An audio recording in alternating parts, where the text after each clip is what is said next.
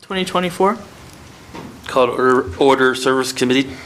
Members present, Aaron Sherrick, Kevin Myers, Zion Hickman, and Chris Moritz, Chair. Call to order at 6:01.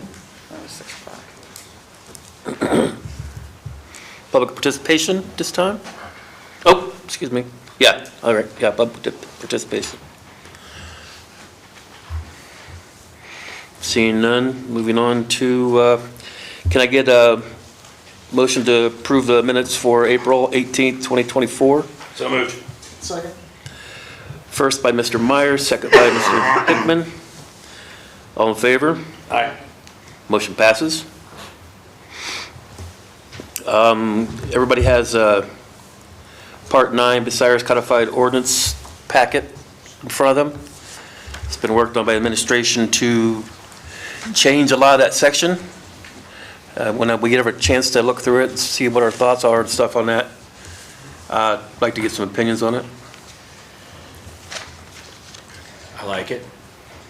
I haven't got to look at it that hard yet. It cleans I'm it. going to bring it up at next Thursday's. Yeah, it cleans it up. Yeah, So. it does, a lot of it. Any open projects anyone want to talk about? Bring up? The only one I have a question on, I want to ask the mayor about, I haven't been past there lately. I was looking at seeing how the Al Miller Service Road is doing. All Miller Service Road on Old Nevada Road is progressing along. They're not in anywhere near paving yet because the plant's not open yet, but it's progressing. And matter of fact, we got the park pretty well cleaned up. You know, got all the trees. Overlanders have been working nonstop, and they pretty well got that all cleaned up. So, Good to hear. Like to open up for public participation again this time? Mr. President. Jessica. May I come tonight, we went ahead and we had a meeting today with Wessler Corporation. They're the ones that we have chosen to do our wastewater treatment plant. And so I asked Tim Wood, the wastewater treatment plant supervisor or superintendent, to come tonight, and he was going to speak to the funding, and we're going to speak to, we had a Zoom meeting today with Wessler, and we had a Zoom meeting with the EPA today, and Tim's going to talk about that tonight. Yes, like the mayor said, Tim Wood, wastewater treatment foreman. We selected Wessler to design the plant. We had Arcadis and Wessler. We had interviews. It was really close, but we kind of went with Wessler. Everybody kind of thought that was a good thing to do. So we are going to need, I think that the resolution, I think it was 210, was the original one. I think it says Arcadis. Can I just interrupt you for a second? This particular issue was referred to the, if I'm looking here correctly, was referred to both Public Lands and Buildings Committee and to the Finance Committee. Now, were those the wrong committees to be referred to? But that's the agendas, or those are the agendas that we have this particular issue on, listed on. Well, We need, I don't know what, Yeah. we need a resolution to apply for a loan. where we're at right now, yes, probably so, because Public Lands and Buildings deals with buildings per se. Service deals with sewers and water treatment plants and sewer plants. Right now, if I may continue, just to explain myself, and Tim, we met with them, and we're under the gun now we have to get this changed by next council meeting. Because it's an emergency, we gotta meet the EPA guidelines, and it's got to be done by the end of the month, and we were hoping to have it pass as an emergency by the next council meeting. And if I, Yeah, go ahead. and that's great, I totally understand that. I just want to make Yes. sure that we're discussing it in the proper committee, who's the committee that's to say, yes, we want to go forward. All right, And that's where, again, I'm just asking, So right that- now, it's placed in the Public Lands and Buildings Committee, and then Finance. I can stick around. can we just hold off and talk about it in public lands and buildings, if that's what you would? Yeah. Okay, sorry. Okay. Any public participation now? No. Oh, one more? May I speak to what the other item that was referred to service, Yeah, or wasn't it? No, it's plating too. that's planning too. Yeah, that's not, Okay, never mind. Okay. It deals with sewers though. Okay, never mind. public participation again at this time? Seeing none, 607. adjourn at 6:07. Thank you, Aaron. Committee, May 9th, 2024. I call the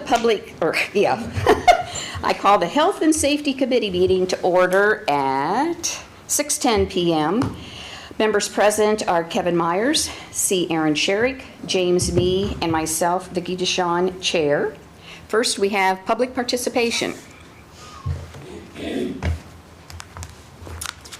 Seeing no one, next we'll go to, or I'll ask for, or I entertain a motion to approve the minutes from the April 18th, 2024 regular Health and Safety Committee meeting. Move to approve. Myers. Yeah, I know who you are. I'm like really out of it here. Motion by Myers, second by me. All those in favor say aye. Aye. Next, we have liquor permit, Bucyrus Food Mart LLC. Letter was read at the last council meeting Tuesday night from the Ohio Department of Commerce, Liquor Control, asking for us to either request a hearing on the issuing of the permit or not request a hearing. And the permit, again, is for Bucyrus Food Mart LLC, and that is the business that is across from Taco Bell, the drive-through. I'd like to make a motion to seek no further action. I'll second that. Motion from Myers, second from Sherrick. All those in favor? Aye. All right. Next, we have vacant property registration. I had that placed on our agenda tonight because it's on our open project. And I just wanted to make sure, originally, a draft ordinance was prepared by the law director back in August of 2023. February of this year, I sent an email to Mr. Gernert inquiring if that draft ordinance should now be a part of the ad hoc committee for the property maintenance code. And he agreed that he felt that it should be included in the ad hoc committee's discussion. I just wanted to make sure that that was discussed in the ad hoc committee. Yes, it is currently being discussed. Great, thank you. Do we need any type of a motion to send it from this committee to that committee? Well, you know, I was looking at our open projects list, and for property maintenance code, they still kept it on the Health and Safety Committee project list, but they did make a notation that it was now in ad hoc committee that had been appointed or approved on 3/5/2024. So I was just wondering if we could do the same thing. The vacant structure registration is under derelict buildings. And I wondered if we could just put that notation that on 3/5/2024, an ad hoc committee was formed and this project is now with them. I don't care. It's just I want to make sure that, Do you need a motion or just you do that or? willing to make one if you want one. I don't know, do you think we need a motion? I don't care. Paper trail. Okay, fine, you do it. I'm a paper trail I'll move that person. we send this to the ad hoc committee for their consideration. I'll second that. All right, we have a motion from Myers, a second from Sherrick. All those in favor say aye. Aye. Okey dokey, that one's done. Next, we have trap, neuter, return. If you'll remember, we had Darla Lewis come and talk to the council on March the 18th, and then she spoke with the Health and Safety Committee on March 21st. I spoke with her today. She's indicated to me that the group is currently just doing fundraising, and until they get sufficient funds, they aren't doing any trapping right now. They are attending the surrounding farmers markets, passing out brochures, taking donations, what have you. Back when she came to council and to committee, she had indicated that she was hoping that council would consider updating the codified ordinance chapter 505 to include stray cats, or to create a city ordinance for the stray feral cat population, and also consider updating codified ordinance section 505.01, which currently states we have an animal warden, which we do not. When she came to council, she gave us a number of papers, and among those papers was the, I guess it's Baltimore, Maryland city ordinance. And I wasn't sure. She said that was just a sample that maybe the law director might want to use. I didn't know what the committee's thoughts were on this matter, if we wanted to request the law director to maybe prepare draft legislation for these areas for the committee to look at, or is this something the committee has no desire to? Well, absolutely, I think we need to make changes to update 505 to be what it is currently for starters, at the bare minimum. Okay. You know, as far as they're doing the fundraising now, did she give you an idea of what kind of a time frame she was anticipating? No, she did not. Yeah, and it's hard to say, you know, you don't know how much money you raise till you raise it, but, She said she has 14 volunteers. I would suggest, from that standpoint, leaving it as an open project. That way, when she's ready to discuss it again, or if we need to do anything else with it, we don't have to go through the referral process again. We can be ready to talk to her when she's ready. Well, I think she, and I asked her that, she is ready for us to proceed with what she had suggested that, committee consider. She did not know if there was any more information that she could give to us other than what she already has given to us. And so during our conversation today, I did not ask her to come to tonight's meeting because I was not sure, what we were or weren't going to do. Do you feel it necessary to have her come to a Health and Safety Committee meeting to rediscuss any of her? If nothing's changed, I think No. we've heard what she had to say. And, Yeah. Would you be more comfortable if you guys prepared some draft legislation for us, or do you want us to go through it line by line and submit it to you that way? I can prepare it and get it to you guys, and then at that point you have something to review and talk That'd be about. great. yeah, then we can do that in 2 weeks. Okie dokie. She came to what was the date on that meeting? Yes, she came to March 18th, she came to the council meeting. Right. And then on March 21st, she came to our Health and Safety Committee meeting. And I do have copies of what she left with us, if you'd like me to make copies and see that you get those. Yeah. Okay, will do. All right, next, penalty fee for Bucyrus Codified Ordinance 189.22. That again is on our open project list.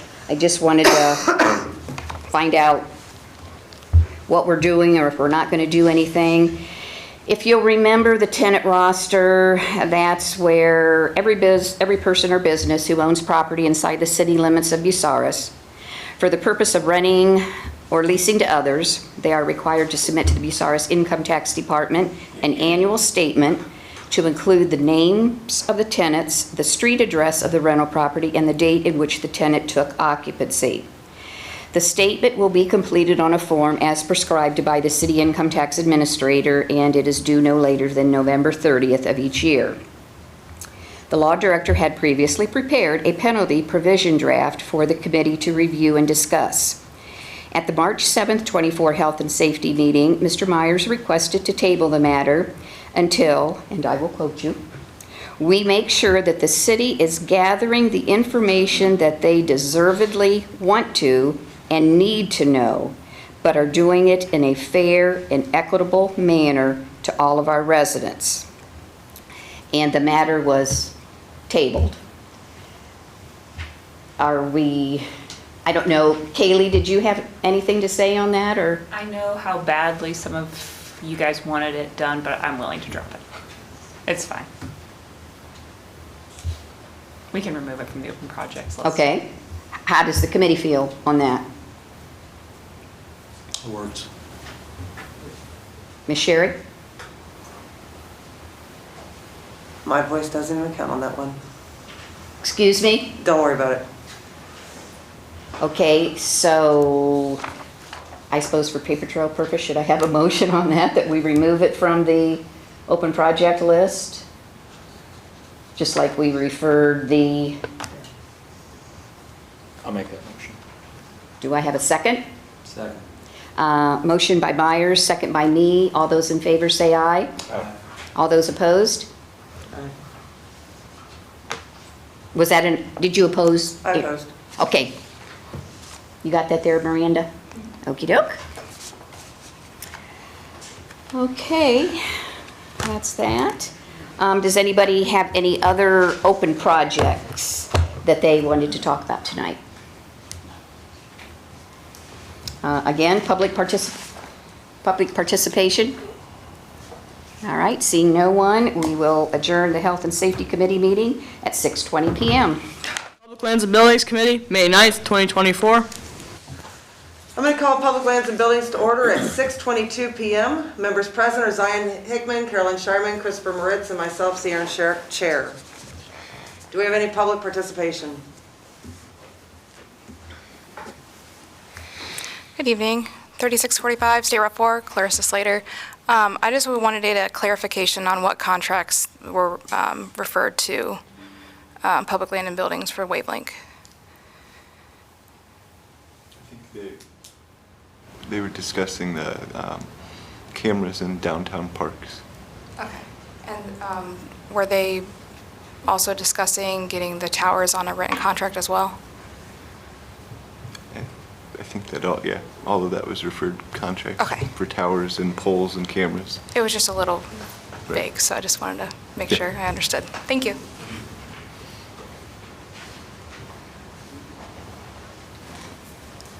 Kevin Myers, 421 West Oakwood.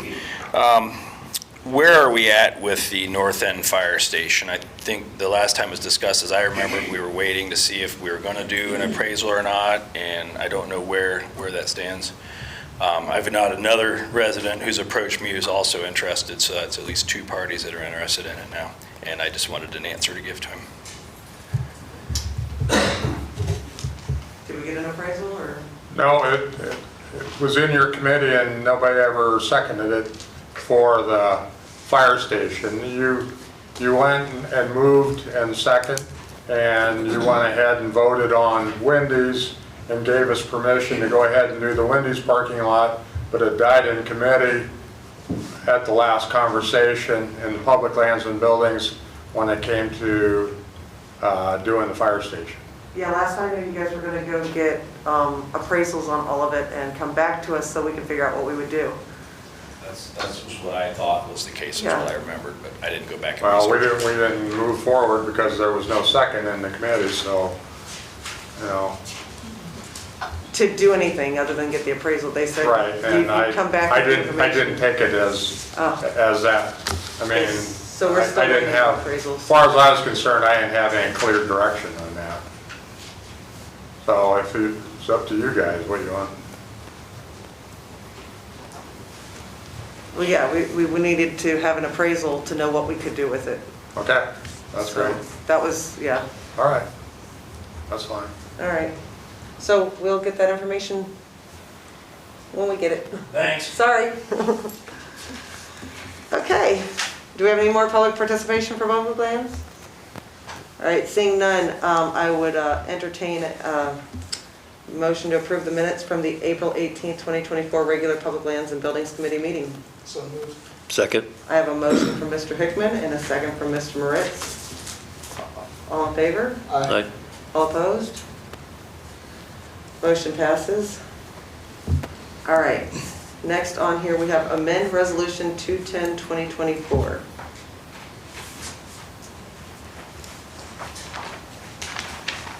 So that's it. Long time no see. Yep, I'm back.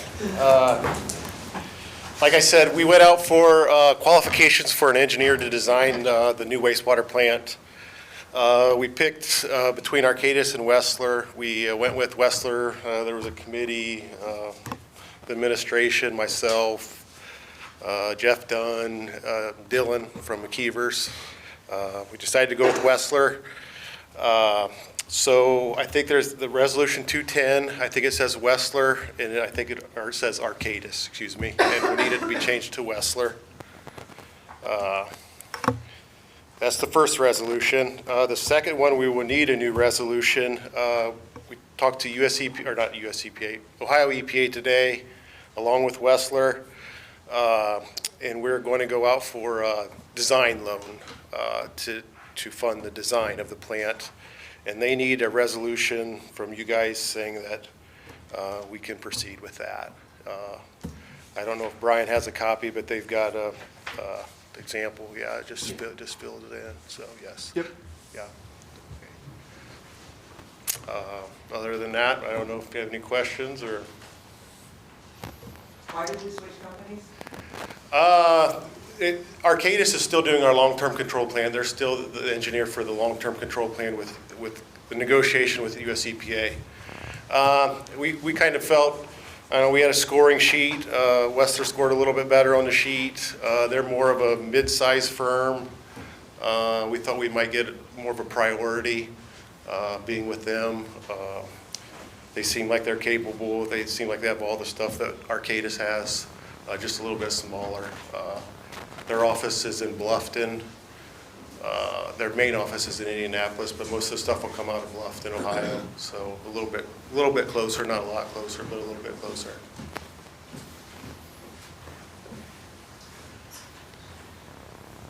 Did you have a question? Do I need to come to- Yeah, come up speaking, make sure to catch your voice. Okay.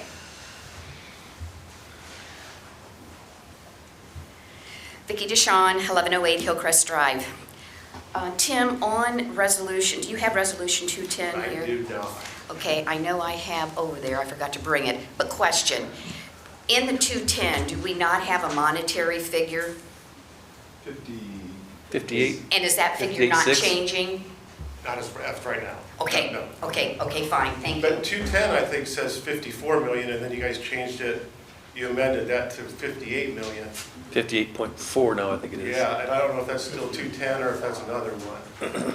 So, resolution 223-2023 was the original amount, and then resolution 210-2024 was the amended for the price of it. 58, okay, Yep. okay. Thank you. Does anybody else have any questions? If you guys want, I mean, I think Westler would be willing to come in and give their little spiel if you guys want to talk to them, if you want them to come in sometime, I'm sure. We need this passed as emergency as soon as Yes, possible. I would say both of them, correct? Yes. Yeah. Okay. So that would be really nice, but I'm sure we have to get this part taken care of. But maybe we can ask them to come in and lay out like when they're gonna start type of things No, like yeah, that I'm for us. just, you know, Yeah, in that'd be the awesome. future sometime, yes. Yeah. Okay, so I would entertain a motion to amend this as requested. With it being an emergency. I'll make a motion for that. I will second.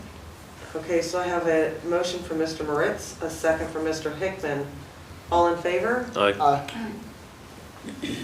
All right, motion passes.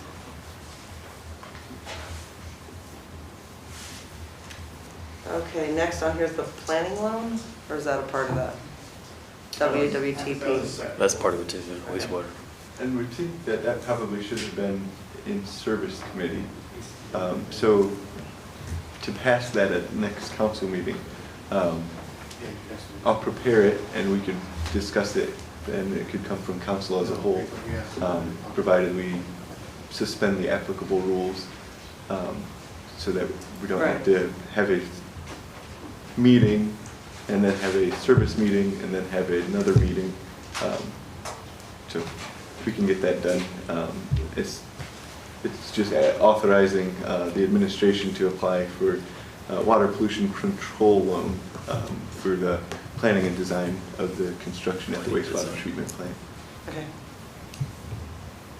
All right, so we're gonna, next is receiving of land from land bank. Okay, go ahead.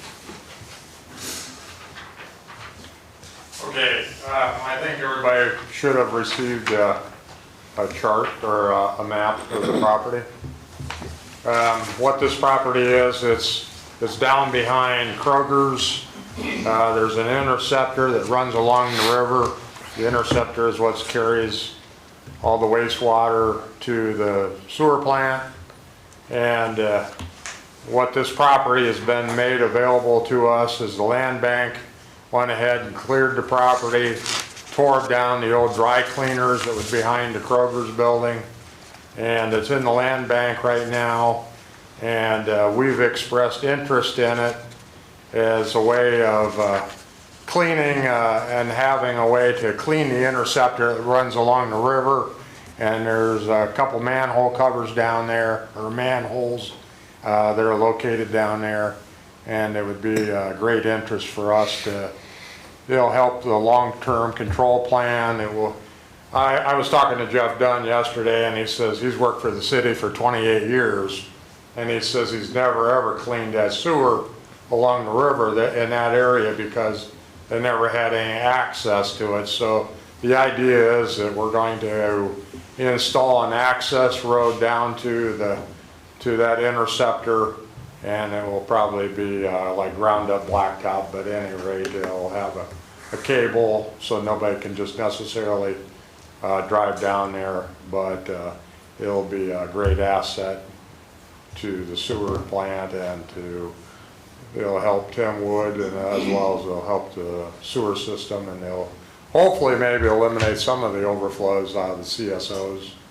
But what we're asking for right now is that if the land has been made available to us from the land bank, and what we need to have done is it has to be as an emergency. Land bank, next land bank meeting is on May 22nd, and they would like to have us have a resolution that we are willing to accept it free of charge. And the parcel numbers are 08-001-864-6000, and the next parcel is 08-001-864-7000. The third parcel is 08-001-874-0000. And the fourth parcel is 08-001-874-1000. And the fifth one is 08-001-874-2000.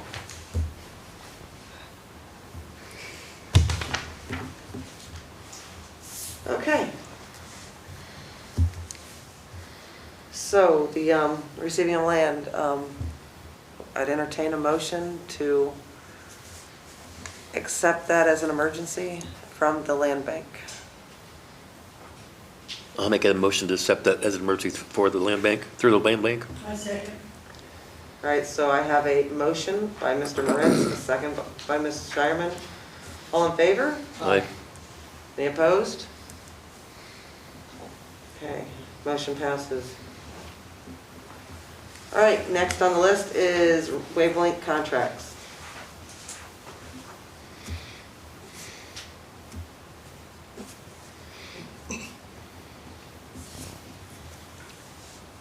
Do we have any contracts figured out yet, or?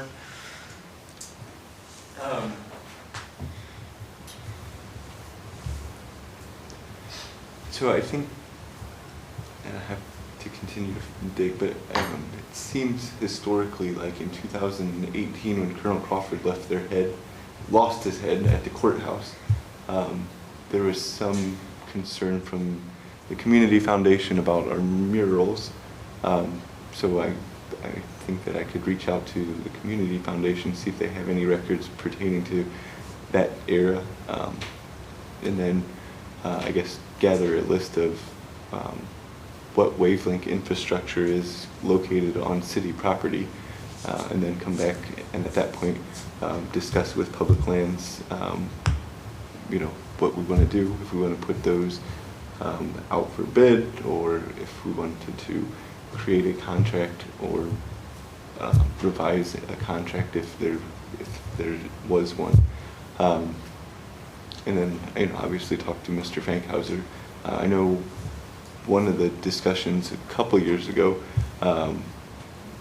was if we're going to have those cameras to protect our murals and our other assets, having those cameras hardwired, or whatever you would say, into the police department or the service directors, so that they are internal cameras and not external cameras, which is something that we can obviously discuss and move forward from there. I like that too. Great. So is there any action at this time that we would be able to take or not take, or what do we need? I mean, are we just collecting info? I think I need to go knocking on some doors and find some information, specifically what hardware or whatever you want to call it is out there on city-owned property, so that you guys can know what exists. And then I'll talk to the community foundation and see if they have any recollection or records about what went on in 2018, 2019. And then I'll bring that back to council, or back to this committee. Okay. All right. So do we have anything else for open projects?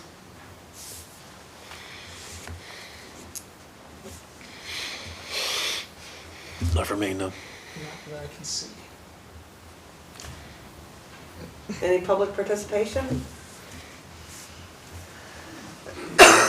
Kevin Myers, 421 West Oakwood. Mayor, was the land behind Kroger, is there continuing, ongoing ground testing for contaminants, or has that been signed off of and complete? I don't know. I wasn't at the last meeting, so I didn't get a chance to ask, but before we accept it, I would encourage us to make sure that that is complete and that we know that there's no contamination before we would inherit that problem.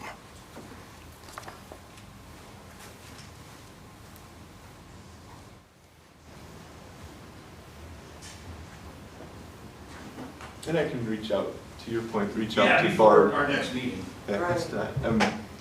Just how we have to do demolition and how the government, I almost assuredly that testing has been completed, but yeah. Sometimes it's ongoing though for a length of time, I just was curious. Yeah, I'll talk to the land bank director and see what they have. Thanks. Thank you. All right, do we have any more public participation?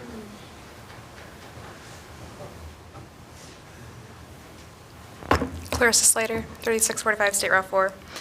I just wanted to reiterate my concern about ORC 721.03.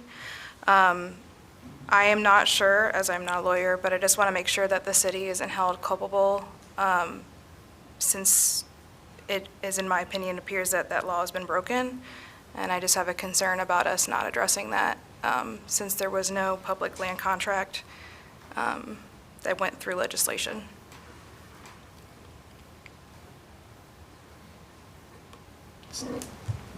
Yes, I understand, and that's something that we're working on. Okay. I get it. And 7/21/03 is the public bidding process, right? Yeah. Correct. Okay, thank you.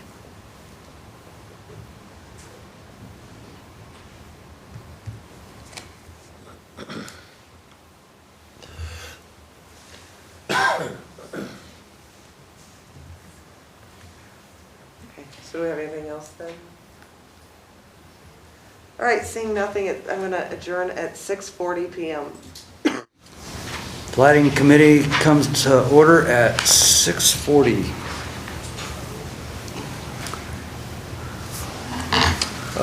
Members, Adrienne Kemery, Carolyn Shireman, Vicki Dishon, and James Mead, Chair. Is there any public participation?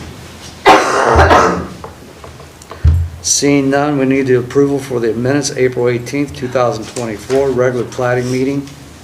I'll make a motion to approve the minutes from the April 18th, 2024 regular Platting Committee meeting. Thank you. Second? Second. All those in favor? Aye. Aye. Pass. Zoning of solar panels. Did anybody have a problem with what Mr. Gerner gave us? I have a couple questions. Okay. Letter F, which deals with the National Fire Protection Association compliance, and then also G, which talks about roof access dimensions for firefighting. Have you discussed any of that with the fire department to see if what we have in here? I have not, but I will. Okay, Yeah, I didn't think about that. thank you. So I think that the dimensions are, if there's a fire, the fire department can get around them and through them. That's pretty much why that was in there, correct? Right. Yeah, leaving Leaving a space for so them. that for access and other issues, yeah. Yeah. For the fire department. Yeah, I just wanted to make sure that what we're stating, the fire department agrees okay that with. those are the proper dimensions That that works they for me. need. Yeah. You want to wait on that then? Yes. Okay, we'll move on. We'll table that for now. Removal of taxation, District 55. So previously, you guys had passed out of committee and then council passed annexation agreement with the city of Bucyrus and Bucyrus Township. Part of that annexation agreement says that the city will petition the county commissioners to conform the boundaries of the city and of the township, basically removing that property, my property, from the township and moving the city's boundaries to that end of the property. So I prepared what I believe would be the resolution. If you guys want outside counsel to consult on that, I can have that arranged. But that is, in my opinion, it was a technical step that we needed to do. There's no real discretion, and the council had already approved the annexation agreement prepared by Mr. Motter and Mr. Kroll. So I thought that maybe we could save some outside council fees by just preparing it, but that's obviously up to committee. Okay. I have some questions. I know. First off, has the agreement been signed by the city and Bucyrus Township? I've not seen a copy. I haven't seen it, Mr. Runner. I think it has. I'll follow up with Matt Kroll to get a copy of it. Okay. I have one concern, is this all started back in February, when it was first brought to our attention by the Crawford County prosecutor. At that time, I spoke with the county auditor and questioned if the resolution that we were preparing needed to be passed as an emergency. And she responded with, the annexation process can be complex and time-consuming. especially when it intersects with other statutory requirements. Because there are additional steps and agencies involved with the annexation process prior to the point of updating property records resulting from an annexation, coupled with the timing constraints imposed by the mandated property reevaluation, I think it is necessary, and this is Mrs. Sheets speaking, that she feels it is necessary that the annexation process be done efficiently and timely, because this has to be done by, according to the county auditor's office, all this paperwork has to be done by August. And if it's not done by August, then Bucyrus Township is going to be hit up with another loss of money. And we know they've already lost $50,000. So based on that, we did our resolution as an emergency back on March the 5th. And I'm sitting here like March the 5th, and today is, what, May 9th? I mean, why did we pass it as an emergency if we've let all this time go in between? Which I know right now is a moot point, but, you know, I'm a big one on not passing things as an emergency if they don't require it. And so I checked, was told it needed to be, and we did it. And then we just sort of sat here and, you know, didn't do anything. Back when we passed this resolution on March the 5th, I questioned at that time, questioned Mr. Motter, who was at the meeting and who was handling the matter because of the conflict of interest with our current law director, asked him if he was going to be personally preparing and filing with the Crawford County Commissioners the petition requesting and conforming these boundaries. He stated he was not asked to go ahead and do the next step, but he would do that, of course, if that's what the wishes of the administration and council are.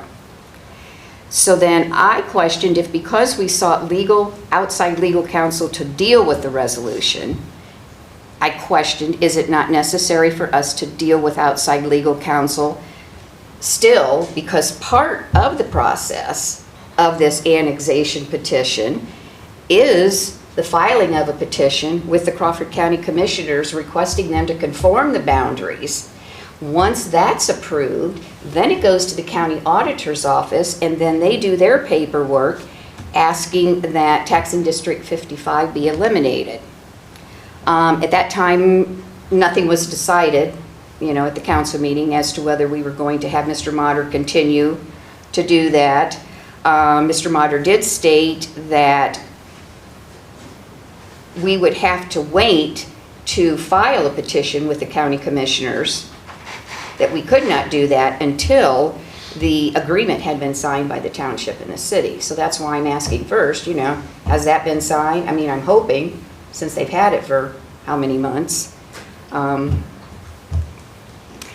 we might have a little issue. When I was checking this afternoon, I noticed that the resolution that was passed on March the 5th for the annexation agreement was given the number 211-2024.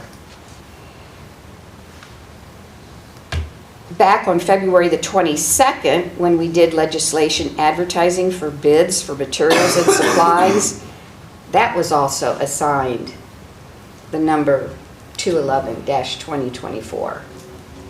So it would appear we have two resolutions with the same numbers.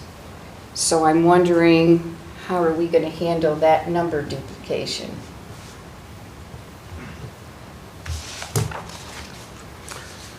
So it sounds like we might want to table this until we sort this out. Maybe we can call a meeting before our next council meeting. And Yeah, I'll look into having two resolutions with the same number. I'm not sure about that. And then I think it sounds like you would like to engage Mr. Motter to see this last part through, which is fine. I agree. I mean, you know, I just questioned that. I mean, we started, Right.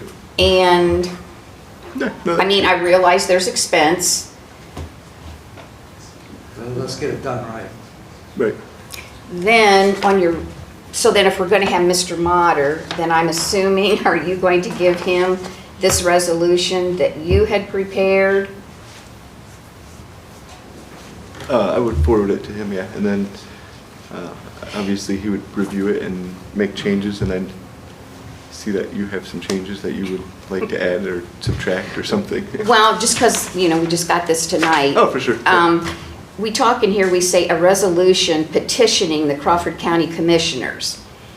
And I'm wondering if this, and this is just off the top of my head, again, because I haven't had time to really digest it, but if this wouldn't be a resolution authorizing the petitioning of the Crawford County Commissioners to conform the boundaries. Because in looking at the expedited annexation paperwork and what have you,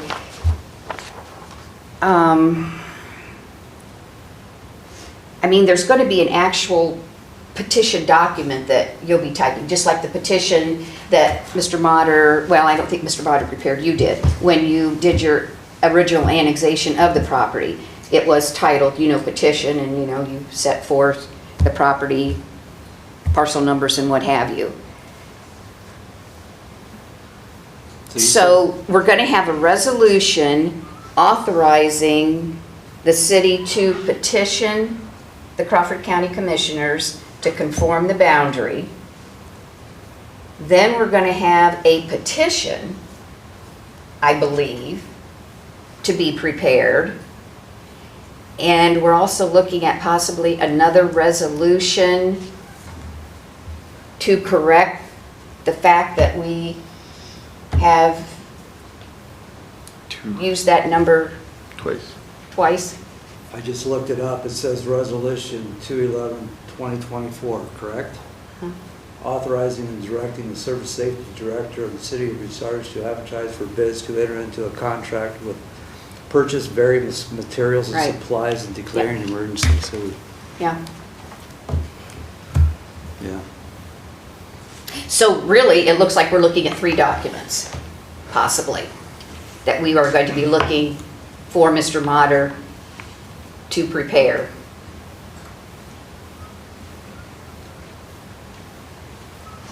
Okay. Aaron, did you have something? Nothing. So, okay, you want to table this until you get this straightened out? So I guess, are we saying that we are going to have Mr. Motter continue on and complete the whole Yes. process? I think so. Do Okay. you? You okay with that, Aaron? Okay. All right. So, Mr. Gruner's got that one. Like I say, keeping in mind, we need to have this, Do we need to call a special meeting before our next council meeting to see this? That's probably going to happen, is what I'm thinking. So should we just go ahead and Have Miranda. have Miranda plan a special council meeting prior to, or a special committee Platting. meeting prior to?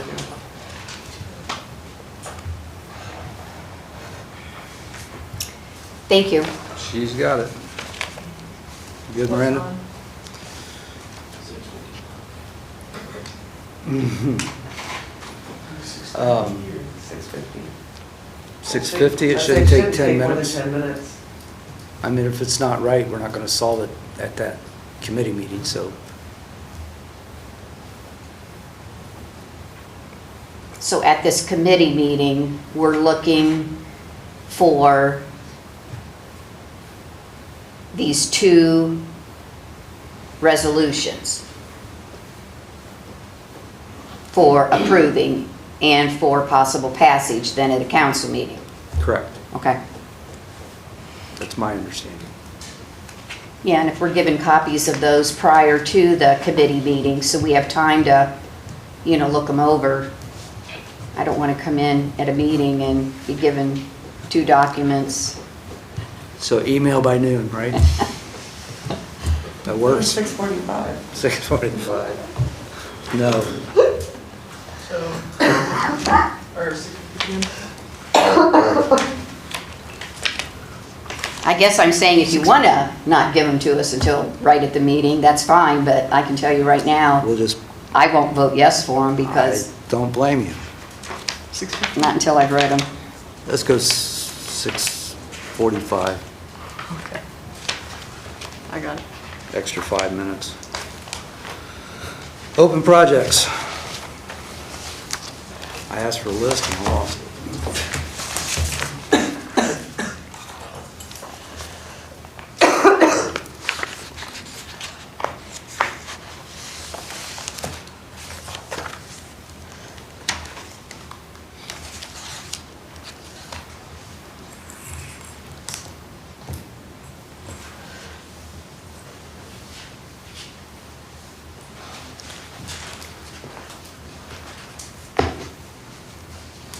Anybody got anything in open projects?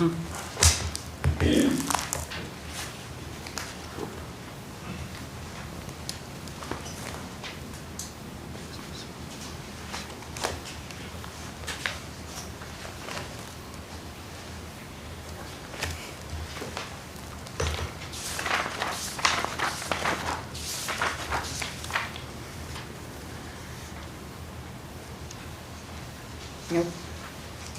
Okay. Public participation.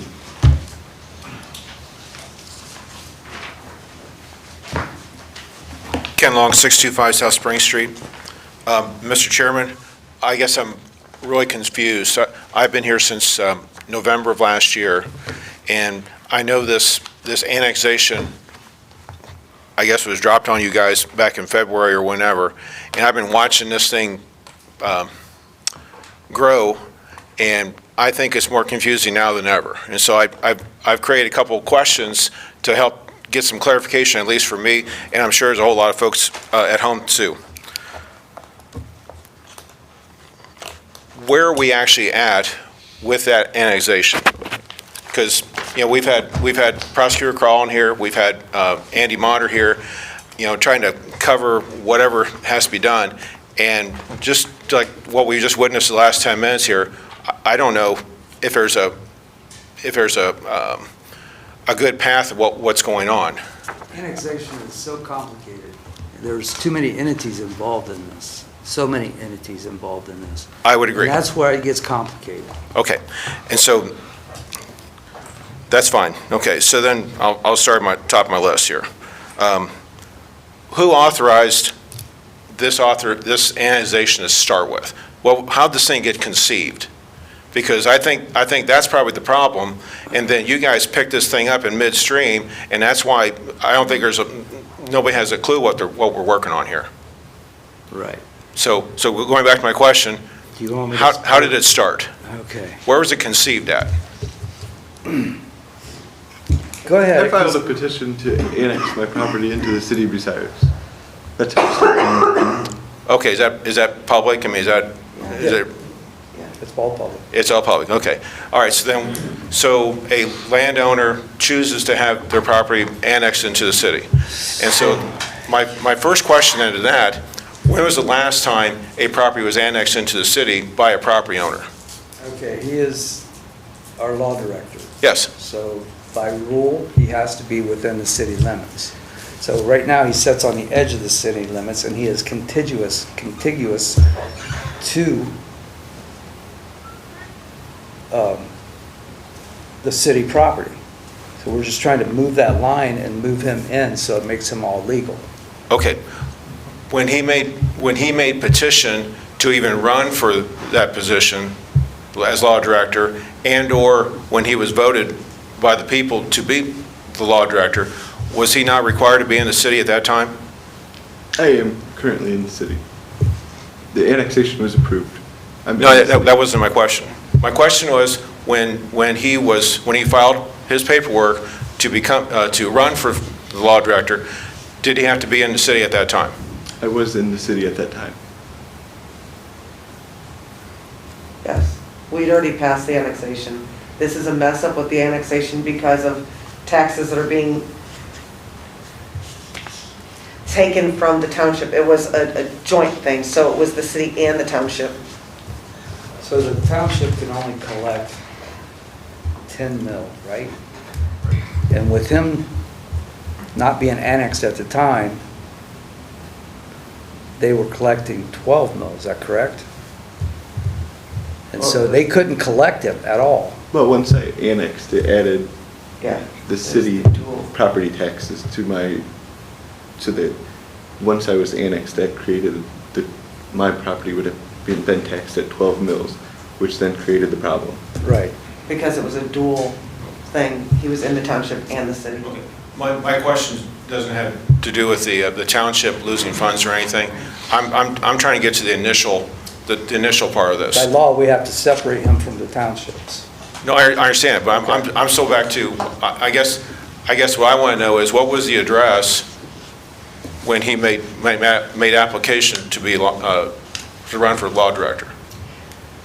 Okay, I don't, May I? please.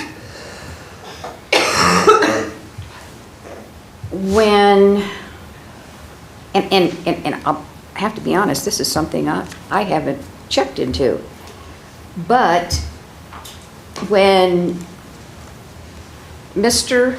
Gernert was appointed by Mayor Reeser as the interim law director, I know that as law director, you must be a resident of the city. As interim law director, is that also a requirement? So he had the ability to contract with, that's how that worked. He had the ability to contract with a law director or with a lawyer to fill that role, but I couldn't run until I was annexed into the city, which happened prior to the filing of the petition to. And that is a true statement, that when Mr. Gernert ran for the law director position, he most definitely, his property was annexed into the city. I was not aware of a contract as the interim law director, but does that answer your question, Ken, or not? To a point. Okay. And then I guess I'm back to who else within the last, say, 5 years has been annexed? All these properties. I'd say not by a personal person, but all these property was annexed in. I'm saying by a resident choosing to be annexed in. I'll tell you, when I worked for the city, now I retired in February of 2016, and I think the last person, in fact, it was two people. I don't know if it was a mom and son or what. Those are the last that I'm aware of, even after I retired, because I sort of kept track of those annexations. But like I say, 2016, that's Okay. how many years ago? So does council have to authorize a annexation? We have to approve it. You have to approve it. Okay. The petition is filed with the county commissioner's office. Then the city approves, well, the city accepts the petition. We do a piece of legislation that states what, and correct me if I'm not stating this right, because I don't have my file on that particular matter with me tonight. The city then passes legislation authorizing what services they are going to provide to the annexed property, you know, such as fire, water, what have you. Then those pieces of legislation, or that piece of in fact, there's two pieces. One to accept, then we file that with the county commissioner's office. They then approve, and then we then turn around and approve, or the other way. Again, I'm sorry. I wish I had my file here to. There's nothing to be sorry about. I'm gaining information here. So your comment is that this was approved by the prior council. Correct. At whatever time. So that's public record also. Oh, yes, most Okay. definitely. All right. Because my comment is, as messy as this thing is, I just hate to see this be a good old boy situation. I'll just be real frank with you. And I'm not comfortable that this council knows what they need to do to unwind whatever mess that's been caused by the previous council. And so It just seems like every time this gets brought up, every 30 days or so. That's why we're way past our deadline.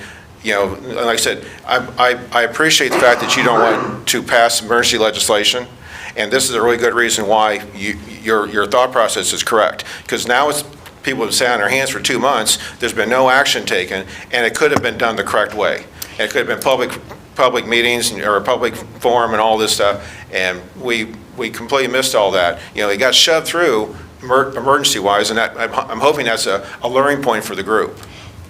Mr. Mee, may I continue? Please. Okay, the annexation process, I mean, Mr. Long, it was above board. I mean, everything was filed properly. What happened and was brought to the attention of council in February of this year by Mr. Crawl, the Crawford County prosecutor, is that when the annexation was approved,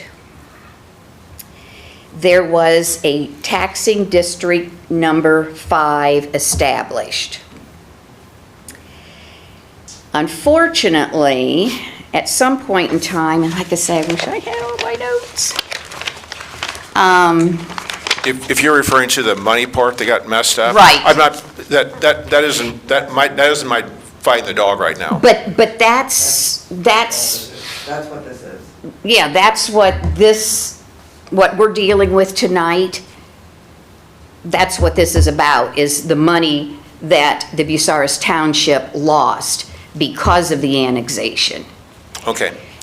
And I've spoke with I didn't speak with the county commissioner's office. I sent an email to the county commissioners and told them, or asked, that from this day forward, when I sent my email, that when an annexation petition is filed with the county commissioner's office, that I suggested that the very first thing that they look at before they even approve that annexation petition is what effect that petition will have on the township that is involved.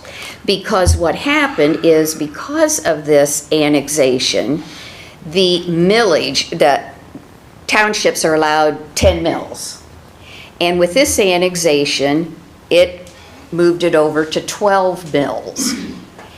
The auditor's office, state auditor's office, discovered that with the overage in the millage, money that was supposed to go to Bucyrus Township had to be pulled back. I'm aware of that. Okay. Yes. And that's what this is all about tonight. Okay.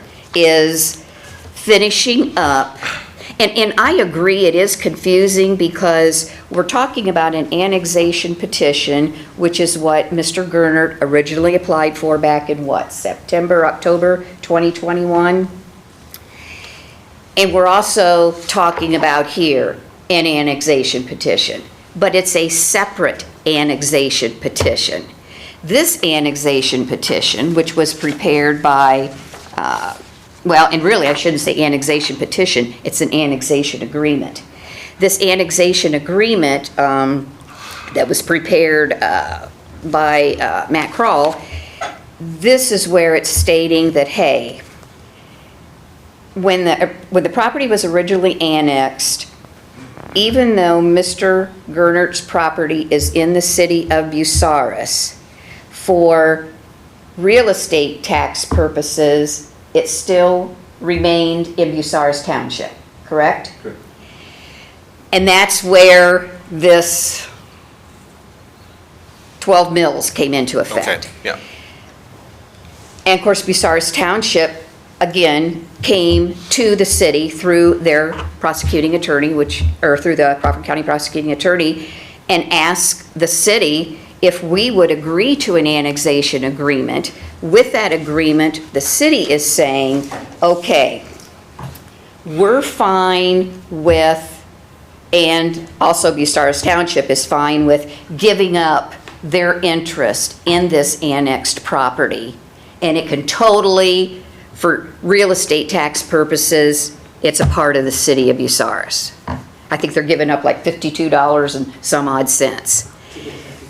Right, so that Bucyrus Township could stop losing $50,000 each year and possibly more. And then my first comment is, Okay. like you stated, you're not aware of anything from 2016 forward.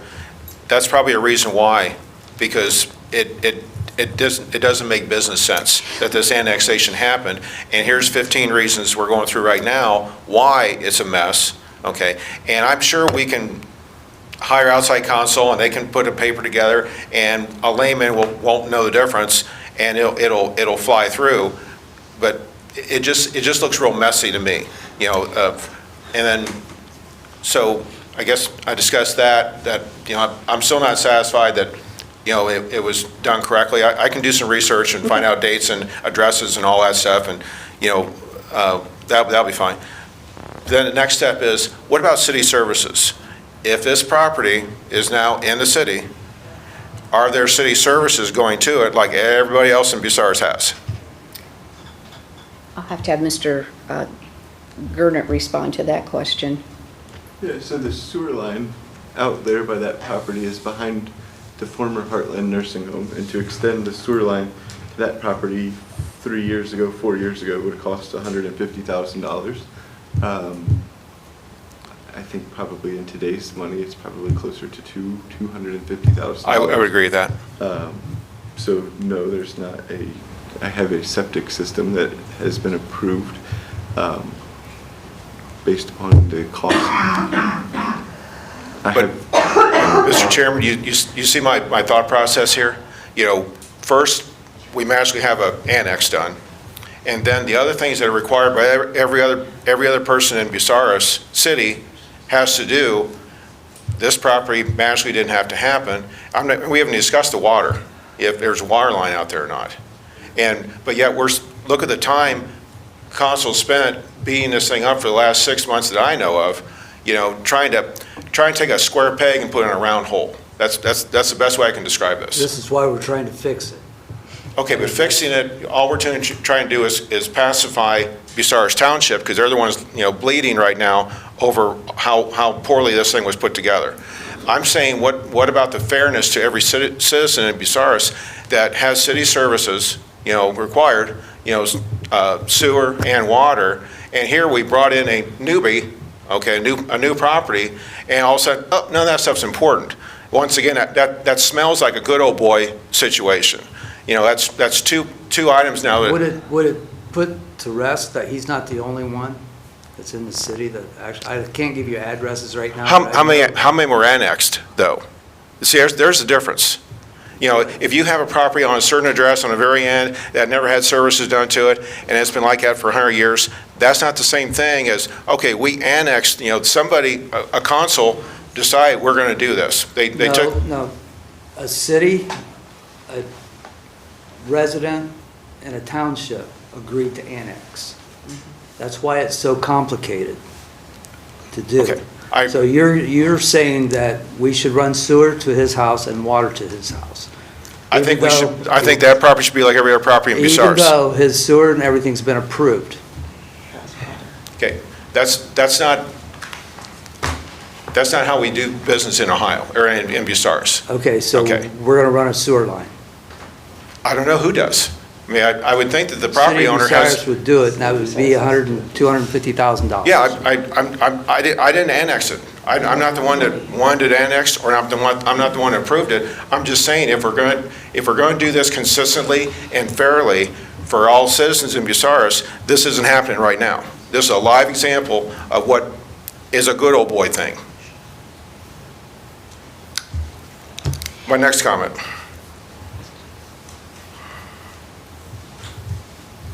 Ken? And who's going to pay the township if they lost, let's just say it's $50,000, because that number's bounced around a little bit. Okay, if they lost $50,000 because of this fiasco before, or up till now, who's got that 50 grand? How does that get back to the township? It doesn't. It doesn't, okay? does not. It just vaporizes. And I already discussed that So with this problem has about 4 problems now that I've addressed, including the 50 grand that they're out, and they didn't do a thing wrong. Not a thing wrong.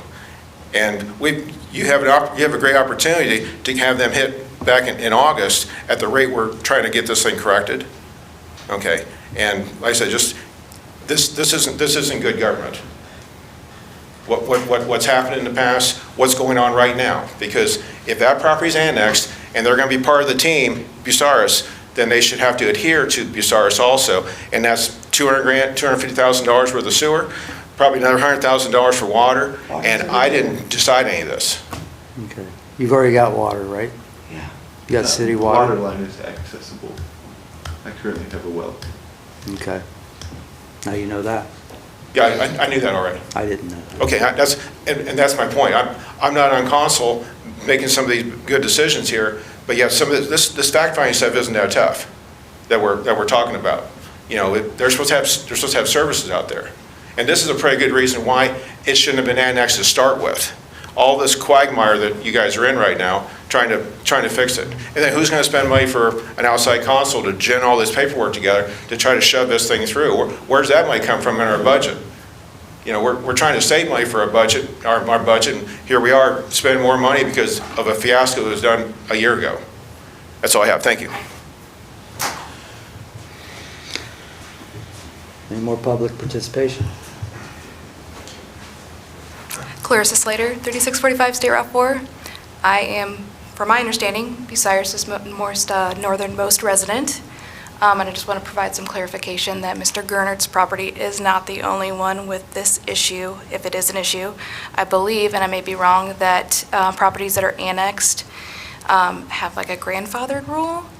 And if that's not the case, that's not just my property or Mr. Gernard's property. There has to be tens, if not more, properties that have septic systems that were already previously installed and wells. My well did dry up, so I have city water, but there is a septic system out at my house. I had already asked the previous council, my previous representative, to look at that when I lived in Ward 1, and he had confirmation that it is fine. So if this is an issue, then it's a bigger issue than just our two properties. So I just wanted to make it known that I don't think it's my fault or my property owner's fault that we were annexed and not required to do that. So if you want to make that an issue, that's going to be a very costly one. So, yeah. Thank you. Thank you. Any more public participation?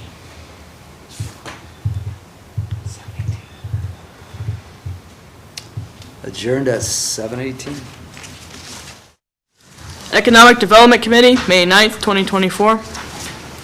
I will call Economic Development to order at 7:21 p.m. Members present are Vicki Dishon, Carolyn Shireman, Christopher Moritz, and myself, Zion Hickman, Chair. We have any public participation for economic development? Seeing none, we'll move on to the approval of minutes. I will entertain a motion. I move that we approve the minutes from the April 18th, 2024 regular Economic Development Committee meeting. Second. I have a motion from Ms. Dishon, a second from Ms. Shireman. All those in favor? Aye. Passes. Community Housing Improvement Program grant. I believe we had. I provided you guys this afternoon, this evening, with the proposed partnership agreement prepared by, I believe it came from the county, and also then a draft, which I'll amend that and put that in our own format, but a draft ordinance. But that's basically agreeing to go into a partnership between us and the county so that they can apply for the Community Housing Impact and Preservation Program. And if funded, if we get the grant that they're applying for, then that's what that Mr. Dale Hartle was here talking about, the $300,000 that the city would get to help, what is it? I was running the galleons, Cyruses, and the counties in my head. I thought that were in already. This committee then, if we wanted to proceed with the CHIP program, we just need to ask for legislation. It's my understanding they need us to enter into that agreement by June 1st to meet their application date. although it says in here the application date is June 20th.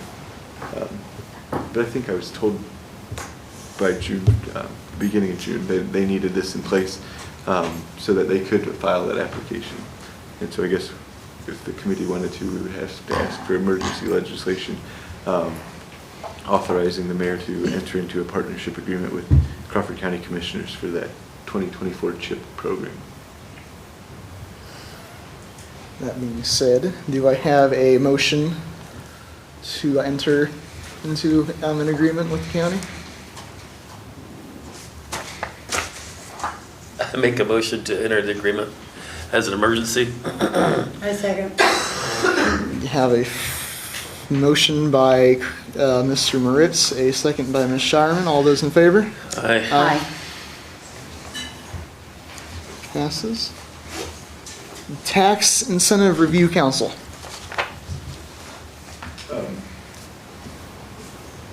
So annually, the Tax Incentive Review Council reviews all of the different tax abatement agreements, and currently they're the one that the Tax Incentive Review Council needs approval from the City Council is the Props for Us, which is the owner of Burger King's real estate. There was some issue with the collection of that, and so between the school districts and the Props for Us company, that issue has been worked out, and so the Tax Incentive Review Council recommends that we continue with that tax abatement agreement. And then we need a motion for that as well, yeah? Yes, we would need a resolution approving or continuing the tax abatement agreement with Props for Us. Do we know if it's time sensitive? I wasn't at that meeting. Yeah. I was going to mention before I make a motion, I just wanted to point out that this will need to be passed as an emergency, because y'all know I don't like to pass things as an emergency. That's why I gave you that look. But with the letter that we received from the county auditor's office, this has to be taken care of within 90 days from the receipt of the letter. Yeah. And the letter was dated, I believe, March 3rd. May 3rd, excuse me, May 3rd. And so if we did a first reading, that would be May 21st. Second reading would be June 4th. Third reading would be June 18th. Then you have to wait 30 days for it to become law, and that would be July 18th. And 60 days from May 3rd is July 3rd. So that's why we need to do an emergency. Right. So with that being said, I hereby move that we accept the Community Reinvestment Area Tax Abatement Recommendation of the Tax Incentive Review Council, TIRC, for the period ending December 31, 2023, and declaring an emergent, or as an emergency. And do I have a second? All right. I have a motion from Ms. Dishon, a second from Ms. Shireman. All those in favor? Aye. Pass. Do we have anything on our very short open projects list we'd like to discuss? Do we have anything else for public participation? Seeing none, I will adjourn at 7:27 p.m. Finance Committee, May 9th, 2024. We're going to call Finance to order at 7:28 p.m. Members present are James Mee, Christopher Moritz, Vicki Dishon, and Kevin Myers, Chair. So we're going to take care of the first 5 items, at which time we're going to have an additional public participation after I'm going to recuse myself for the rest of the evening. And then the last will be the Bratwurst Festival discussion. So currently, we're going to open up to public participation for anything other than Bratwurst Festival related. You will have your opportunity for that after our 5th topic. So any public participation for anything other than Bratwurst Festival. Seeing none, you have in front of you the minutes for April 18th, 2024 regular Finance Committee meeting. I'll entertain a motion to approve. I make a motion to approve those minutes for April 18th, 2024. Second. Motion by Mr. Moritz, second by Mr. Me. All in favor, say aye. Aye. Opposed, the same. All right, do you need anything from us, Mr. Gernert, on Resolution 210, 2024? No. Okay. Public lands took care of that. We'll get that. All right, and then for the planning loan for wastewater treatment, nothing We've currently discussed from that. us? That's gonna, in order to meet our deadline, that would be the one that'll come from council as a whole. Okay. Moving on, the appropriations for the purchase of a police cruiser. I spoke with the police chief today, and I think the auditor alluded to it already. They went up and looked at this vehicle, and they are happy with it, and they are ready to purchase it, and I'll let you go from there. Yes, they put in a bid for $23,000 and it did win. So with your approval, we would like to appropriate $30,000 into Fund 202 Safety Forces Levy, bringing the budget and that fund up to $5,573,9. And the police department 7110 and 7111, the budget would raise to $2,776,942.32. And then the $30,000 would increase the capital outlay line to $138,361.79. So what kind of in a nutshell this is, there's a used police cruiser that they found, and this particular village has a rotation cycle. When these vehicles hit 50,000 miles, they sell them. And that's where this has come from. It's already, or it's not already, it has, but it's the same body style, so that the current K-9 unit that Officer Wireman is driving is in excess mileage and in disrepair from the shooting incident, amongst other things. They're able to take the dog portion out of the back and install it into this car, so that would be a $7,000 savings right there that the chief shared with me. So what we're asking for is the appropriation of $30,000 to fund the purchase of this vehicle. Yes. So question that I have is, you said they purchased the vehicle for $23,000? But so then they have to take it to PAR, which is another vendor, Okay. after the fact, and retrofit it and all that stuff, so. Okay, just wanted to understand that. Yep. As well as the public, so. And then the other thing he shared with me, it's currently silver, so they'll have to match the color to. Oh. Is that an ordinance that we have to match the color? I don't know. No? It's easy to clean though, right? So I'll seek a motion requesting emergency legislation authorizing the appropriation of $30,000 to the funds that the auditor described. So So moved. Jim had. All right, we have a motion by Mr. Me with a second by Mrs. Dishon. All in favor, say aye. Aye. Opposed, the same. That motion carries. All right, consideration of taxation levies. We've had some conversation, a little here, a little there, about what kind of things we need to do. Mr. Me and I met with the administration, the auditor, and the fire chief. The police chief was going to inspect a used police vehicle that you may have just heard about. So he was on the telephone for a portion of the meeting with us. So what we have, this packet you have in front of you, in the left column is in the top of the left column is the police department's expenses, and the right column is the fire department expenses for the last 3 years, 21, 22, and 23, just to kind of show you an average. But then below the thick black line, these are the anticipated expenses, and this information's all in this packet included. The police chief's was 3 pages, the fire chief's was 1 page. We asked them to each submit to us, just for equipment only, what their anticipated needs are for the next 5 years.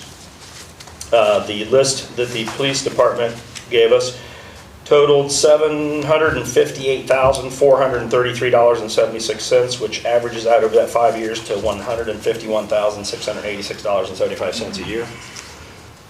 The list that the fire department gave us from the fire chief for the same 5-year period, $2,045,000 with an annual average of $409,000. When you add those two numbers together, the total needed for equipment for public safety for that 5-year period is $2,803,433.70, averaged out over the 5 years to $560,686.75. Below that, you can see what we would collect on a property tax.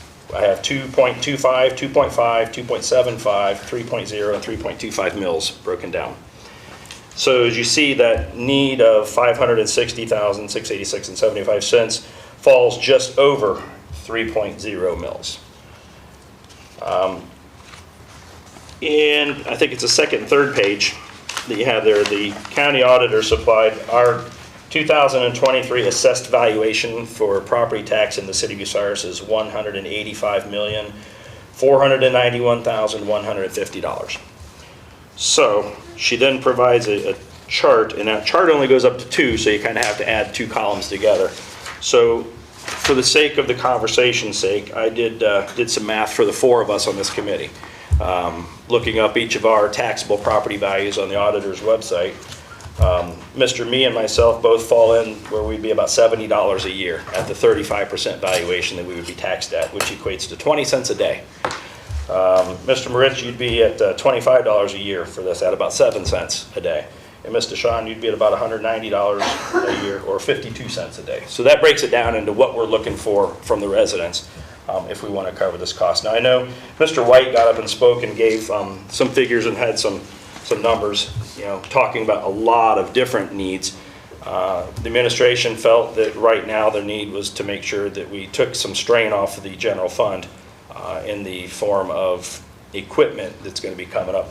As you look through, the police chief says right now he's got 1, 2, 3, 4, 5, 6 cruisers that he feels need replaced right now. And then we're talking about getting this used vehicle to replace the 1 K9 unit. He goes on talking about their unmarked vehicles need to be replaced. He goes talking about the back door to the police station is original to this building in the early 70s, needs replaced. So that's where his list comes from. When you go into the fire chief's list, we still owe on the newest fire engine we bought, that was financed. Payments are going to drop a little bit each year. So this current year, our payment is $65,000, but we owe on that annually until 2030, so through the end of this 5-year period. So we included that in those numbers. They're already getting $30,000 in their capital expenses budget, and then 3 sets of turnout gear every year at a cost of $14,000. When you go in there, they're going to need to replace Medic 10, which is the oldest of the 3 ambulances. It's the used one that was purchased from somewhere down around Cincinnati several years ago. That one's nearing its end of its lifespan. That's at $72,000. The annual number is $72,000. The estimated total cost is $60,000. The power cotton load system at $60,000. The 1998 fire engine, which we have 2 of, but only one of them is in working condition right now, and they're stealing pieces and parts off the other one. Those parts are not available, made anywhere.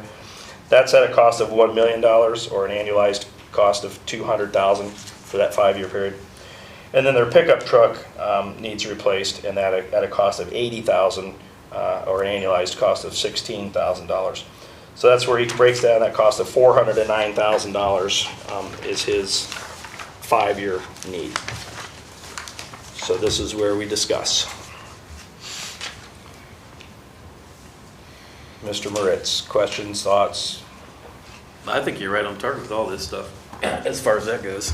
Like you said, I know Mr. White wanted to go even farther than what this is, but at this time, I think asking the city's taxpayers, well, proper taxpayers, to do this is right up where we need to be at.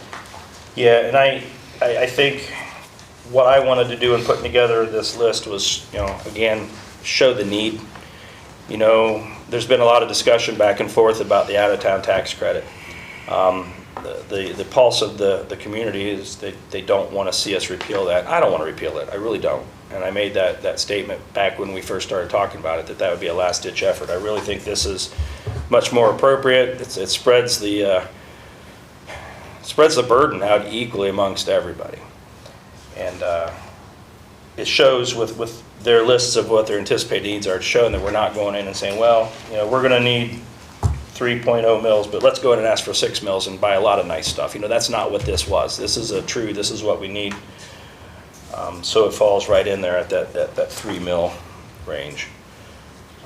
Mr. Me. So you're looking at a 3 mil permanently or? Hey, that's what we're gonna talk about. For me, I don't want a permanent levy, no. I think we've looked at a 5-year forecast. I think we should be asking for a 5-year.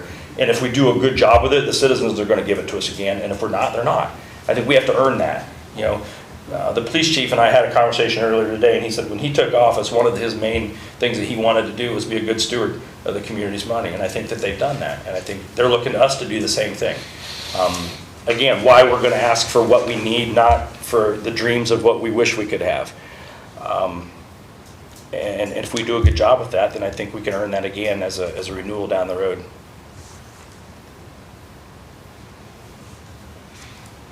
No, very well explained. And I agree with you. I do not want a permanent. I'm fine with the 5-year. And if I might say, like you're saying, if we do this right, next 5 years from now, we can come back and do this again. That will solve one of the problems of us always having to try to find different ways to do the money. If we get this right, taxpayers, you know, the property taxpayers will help us out with this and do that. It needs to be done. I hate the fact that we have to finance vehicles. I know, I hate that. But, you know, we have a fund where we set some money aside for garbage trucks. We should be doing that with every vehicle the city owns, and that's what this will do for our safety forces vehicles.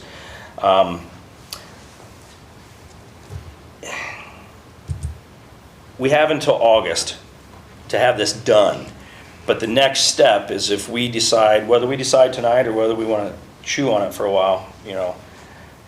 And by looking at these numbers and talking to the chiefs and seeing things, I'm ready to move forward with it, but it's what we need to do as a committee. But the next step is then Mr. Gerner would send all of the information of what we asked for to an outside firm that will prepare the verbiage of how it will be put on the ballot. And at that point, when that's all done, then we submit that to the Board of Elections. So August is our deadline, and I really just don't want to see us up against the end of July and we are still scrambling to get things done. So that's where it stands. So that's in your guys' hands, whether you want to ask Mr. Gerner to have that drawn up. And I think if we're not quite sure on the number of mills we want, that part could be changed very easily, even if he requests, you know, a firm to put this language together now. Yeah. And I would say too, just if we do it sooner, you can have the 3 readings and all the public participation. But So you're saying we wouldn't have to do it as an emergency? Yeah, there's no need to. We have to August. That's why I want to do this now. But it's also May, and we only have one more meeting in May, so if you're looking at, and Mrs. Dishon will correct me, but if you're looking at 1 reading at the end of May, 2 in June, and then 30 days, that's darn near August. Yeah. What's that? You're past the deadline. Right. Yeah, that, Oh, shoot. yeah. So I don't think we have any choice but to do it as an emergency. Your favorite word. And again, I'm fine with that. It's Yeah. just when we don't I have get to it. do it as an emergency that I don't like to pass it as an emergency. Before we do anything else, I do want to ask, does anybody in the audience want to speak on this topic? Before, I'd like to hear what you guys have to say rather than us just passing this and then you get a chance to come up later. You could also, not to cut you off, you could also give it 3 readings and the 3rd reading pass it as an emergency to do away with the 30-day publication period. Oh. Yeah, or we could do that, have on a 2nd reading, do that, and that way we're giving it time. So yeah, we could do any of those, but go ahead, Mr. Miller. Gary Miller, 800 Rogers Street. Just a couple things. So you're saying the 3 mil would cover just equipment or their salaries? Or No, just we already equipment? have the public safety levy that would be utilized for salaries, and then this So would putting relieve it, the burden for the buyout. how much would that be on a $100,000 home? 3 mils. Say that again? How much would it be on a $100,000? Okay, so $100,000 valuation or $100,000? Well, whatever your tax. Because this is where, I got a heck of an education putting a lot of this together. So I used my house as the example. Right. And my houses, and Mr. Me and I fell into the same bracket. Our houses, we're only paying valuation on, was it 20 or 35,000, I think it was, worth of the house. So, because it's at 35%. So on a $100,000 house, you're being taxed on 35,000. So a 3 mil levy for a, $105. huh? $105. 63 plus 3150. You do $35 for $100,000 value. Right, I'm going off of, You do 3 mills, that's Yep. $105 per year. yeah, and this comes up to $94.50 on Mrs. Sheets' chart that she provided from the county auditor, so, yeah. Okay, so in my opinion, I mean, not everybody might be in the financial situation I am, but I would gladly pay $100 a year, Yeah. to take care of that. I don't think that's asking, some property owners might not think that, but Yeah. I think it's a good plan. Well, and that's why when I discussed our properties, I broke it down to per day, because many of us throw that much change in a jar at the end of the day, in all reality, so, Okay. thank you. Ken Long, 625 South Spring Street. I want to thank Mr. Myers for putting all that together. It was really well detailed. You get right down to how much a day, all that, and that's exactly what you're going to need to get something passed. Because anytime there's a levy, everybody's hair goes up and like, what are we going to do? How much is it going to be? And they're scared. Where this is good. This is good government. So I won't make that comment. Thank you. And I'll tell you, going through this, Mr. Long, my fear is that people say, oh, well, they're asking for more money. No, I'm going to vote no. And I think, the people that were upset about talking about the rollback of the out-of-town tax credit, well, was 1,779 of them, I think there was. I'm hopeful those 1,779 people will support us. And then there's people like you guys that are speaking here tonight saying, this is good, we like this. This is what I'm hoping that people see, that we have a need, and B, we're only asking for what that need is and not for our dreams. I mean, the fire chief could have said, oh, I really want that fancy, shiny fire truck that comes with all these bells and whistles. No, this is what we need to get the job done, so. Very good. I appreciate it. Thank you. Thank you. Adding to Mr. Long's comment, and thanking you, Kevin, for putting this together, I think we also want to thank Jim and the police chief and the fire chief and the administration. I think you had mentioned earlier that you had all had sat down and had a meeting, so, yeah, this is, thank you. It was a very good meeting. Greg. Greg White, 1125 Hillcrest Drive. Okay, I agree, I don't have your figures. Was not able to get a copy of those, so I can't really comment a whole lot, but I'm hoping we can have the public forum that we're required to have on this for tax purposes. The only couple questions I have that, what are they going to do about the ladder truck? The ladder truck? Yeah. From what you talk about the current state of repair. The current state of the He said ladder. that he's waiting on the parts, and hopefully this should be in. But what happens, now, I'm throwing some what ifs at you, because I wrote all this down. What if he can't, for that $80,000, get that ladder to meet the safety requirements of NFPA? What are we going to do? Okay? Yeah. Are we going to have to put more money into adding more millage to send that to a rehab facility and have that done, refurbished? Yeah. To It's a save great money? question, and we did ask him for his anticipated needs. I don't know if he's feeling that confident that it's gonna end up okay. And it's a delicate balance, because I think what you're gonna get at is, do we need to ask for a little more just in case, or?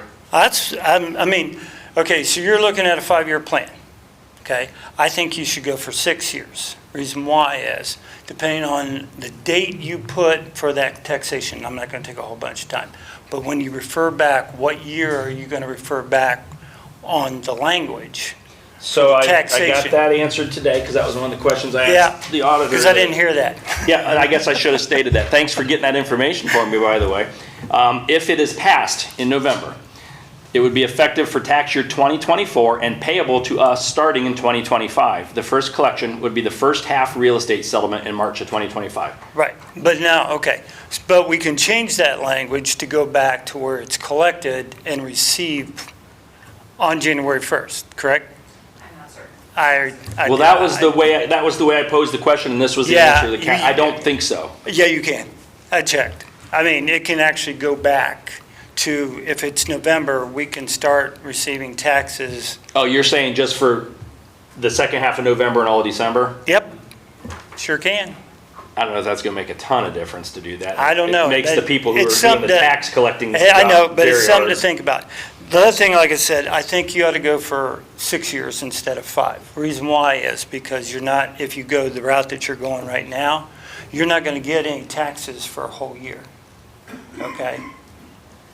So, yeah, so you're going to be, because everybody's taxes are 6 months in arrears. Right. Okay, so you're not going to get taxes for, what, a year?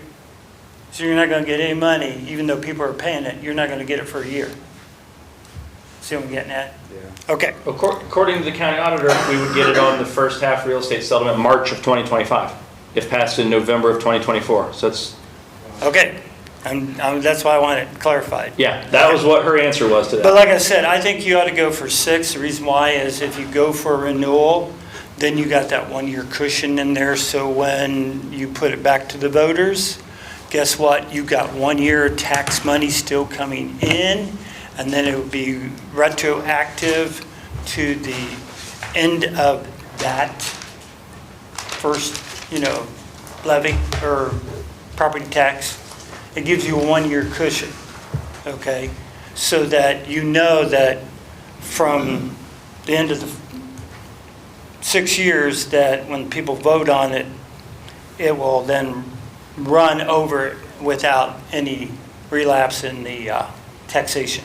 Okay. Okay, that's all I'm saying right now, is I did a little research on that. I saw some other levies on some other cities about this, and it pretty much said that you want to do it 1 year more than what you want, because then it gives you that 1-year cushion. So when you do it on the November election again, then it's running concurrently to each other. Okay. The other thing I got a question for too, and nobody in this council has really answered my questions. So what are we going to do about the buyout money? Well, I mentioned that briefly there. That's one of the things that both chiefs discussed, and they felt that if we were able to get this passed, it takes a lot of the strain off of the budget, and they felt that they comfortably would be okay with that in their budget. So they got $500,000, $506,000 plus change now that we have in the city coffer instead of. Not today. They said if this passes. Well, I know, but I'm just saying, is that going to be in and taken care of, or are we going to be scrapping again for that kind of money again? If these guys decide to retire. So when we budget at the end of this year for 2025, we typically ask all the department heads and police chiefs who they're anticipating will retire and try to guess a good buyout where roughly they would be and put that in the budget every year. So we're hoping not everyone retires at the same time, but we think that. Because it wasn't budgeted this year. It was not. Nope. I want to point that out. It was not budgeted this Because year. as she said, each of the chiefs said they didn't have anybody that was going to plan on retiring this year. But you never know. You're correct. You also never know when a tornado is going to hit town. That's right. That's true too. So, yeah. So. She did her job though by going and I asking did a and. job. I commend her for doing her job very, very well. But I was just concerned about that because that's a lot of money that, the city would have to come up with. I mean, I know it keeps on growing every paycheck, it keeps on growing, but I was concerned about that. So we are going to have a public forum then meeting for residents. Well, that's what we're doing right now, and then at every council meeting where this is read. Okay, yes. so you're not going to have like a special? No, I have no desire unless anybody else does. That's what these meetings are. Okay, that's fine. And we're going to be able to get copies of that? Of what? Of that information? Should be on documents on demand. Is it? I can re-upload. No, Okay. it was not. That's why I pointed that Okay, out. yeah. It was not available to me. It will be. That I could print it off today because I looked for it, because it was on the agenda. I said one of us can give you ours too. Yeah, it was, it was not on there. Thank you, appreciate it.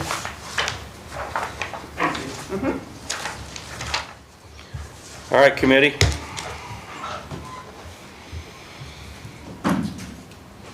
Well, I have what Greg had to say. I'm wondering also if we need to do it for 6, just for that reason. My opinion is 5, 6. I think it's all in the same because we're going to be asking for renewal then in 5 years or in 6 years. So I think 5 years is fine still. okay, I agree. I like 5. the next, I think, thing is the millage. You know, 3 mills brings us, what, $4,000 under their anticipated needs. Inflation's gonna happen. But at the same time, if I am the consumer, and I used this in this conversation the other day, that's why they price things at $1.99, not $2.01, right? So if I'm the consumer, is 3 mils and 3.25 mils the same thing to me, or is 2.9 mils much less than 3.0? You know, it's, at the end of the day, we want to make sure we've got enough money to cover our expenses. So all those are just, I guess, considerations, but I think we would be fine to go anywhere between 3.0 and 3.25. I was thinking 3.25.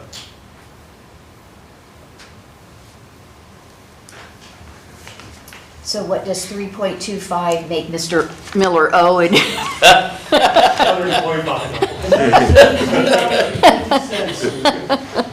But what was that, Greg? How much? $17.50. For an extra 0.25? Yeah, per year. According to the auditor, only $8. It goes from $39.38 down to $31.50, so $8.12. Ken Long, 625 South Spring Street. My comment on your discussion, this millage, I would recommend at least a 10% buffer, okay?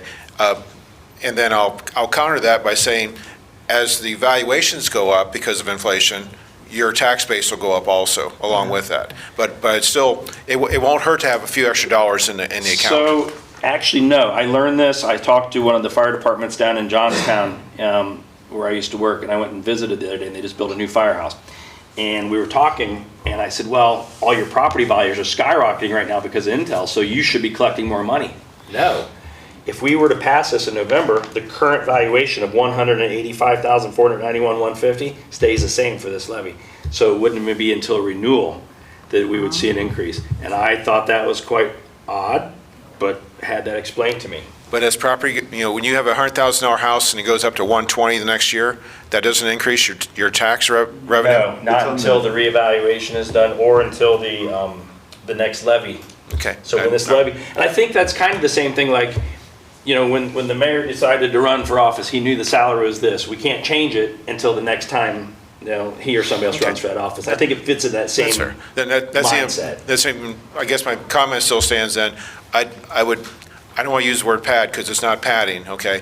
Because I know you're going to be good stewards of the money. But, you know, just like we went through COVID, everything literally doubled, okay? And you can't forecast that for the next 5 years.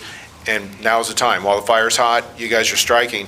Or you guys are. And what we learned with the last property tax levy that we had years ago was that money, if it was unused, it still stayed in that fund to be used down the road. So it's not like, well, if we're going to collect 0.25 mils more and we don't really need it right now, it still will be used and can only be used for equipment on year 6. I think that's a perfect comment when as you're selling this whole process that's mentioned, because that gives people relief that, okay, they're doing the right thing.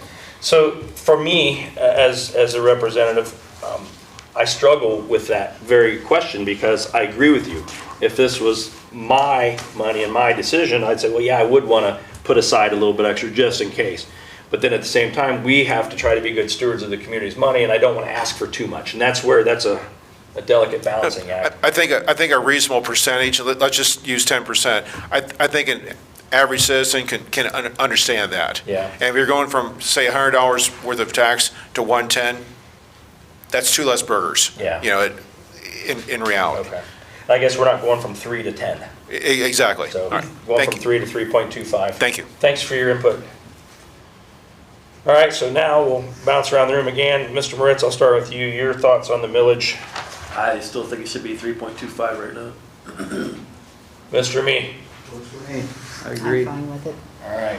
So what I'm hearing is this committee is kind of agreeing that they would like to request legislation authorizing the law director to contract with an outside firm to put together ballot language requesting 3.25 mil property tax for a period of 5 years, commencing January 1, 2025. Did I get that all right, Mr. Garner?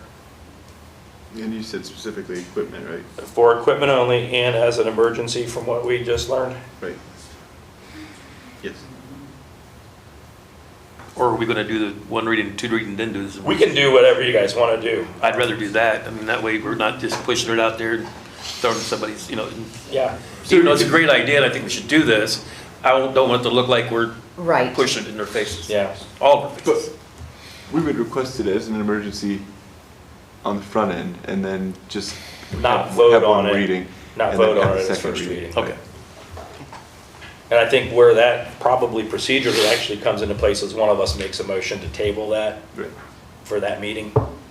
So if that's this committee's desire, there's 4 people that, on the council that will table it, so I think we're okay there. Okay. So I'm seeking a motion. Seeking a motion to do everything you just said there. I want to run through it again just for a point Yeah, of go clarity. ahead. Yes, please. Seeking a motion as a emergency legislation, authorizing the law director to contract with an outside firm to put together ballot language that requests a 3.25 mil property tax levy commencing January 1, 2025, at a rate of 3.25 mils. I think that's all the, I'll make a motion for that. for a period of 5 years. 5 years, That's yeah. what I want to say. Thanks. Thank you. For a period of 5 years. I will make a motion for that. I have a motion by Mr. Moritz. Second. I have a second by Mrs. Dishon. Any further discussion? If not, all in favor, say aye. Aye. Opposed, the same. Motion carries.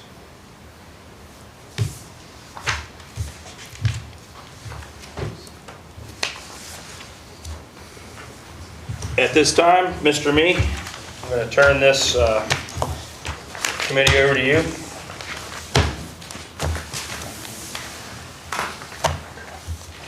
At this time, we're going to have public participation on the Bratwurst Festival agreement.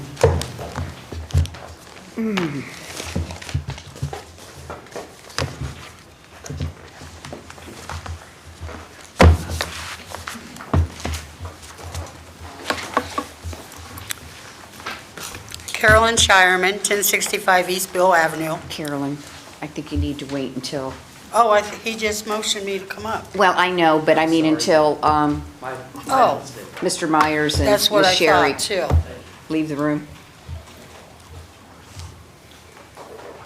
Well, at least y'all know who I am already.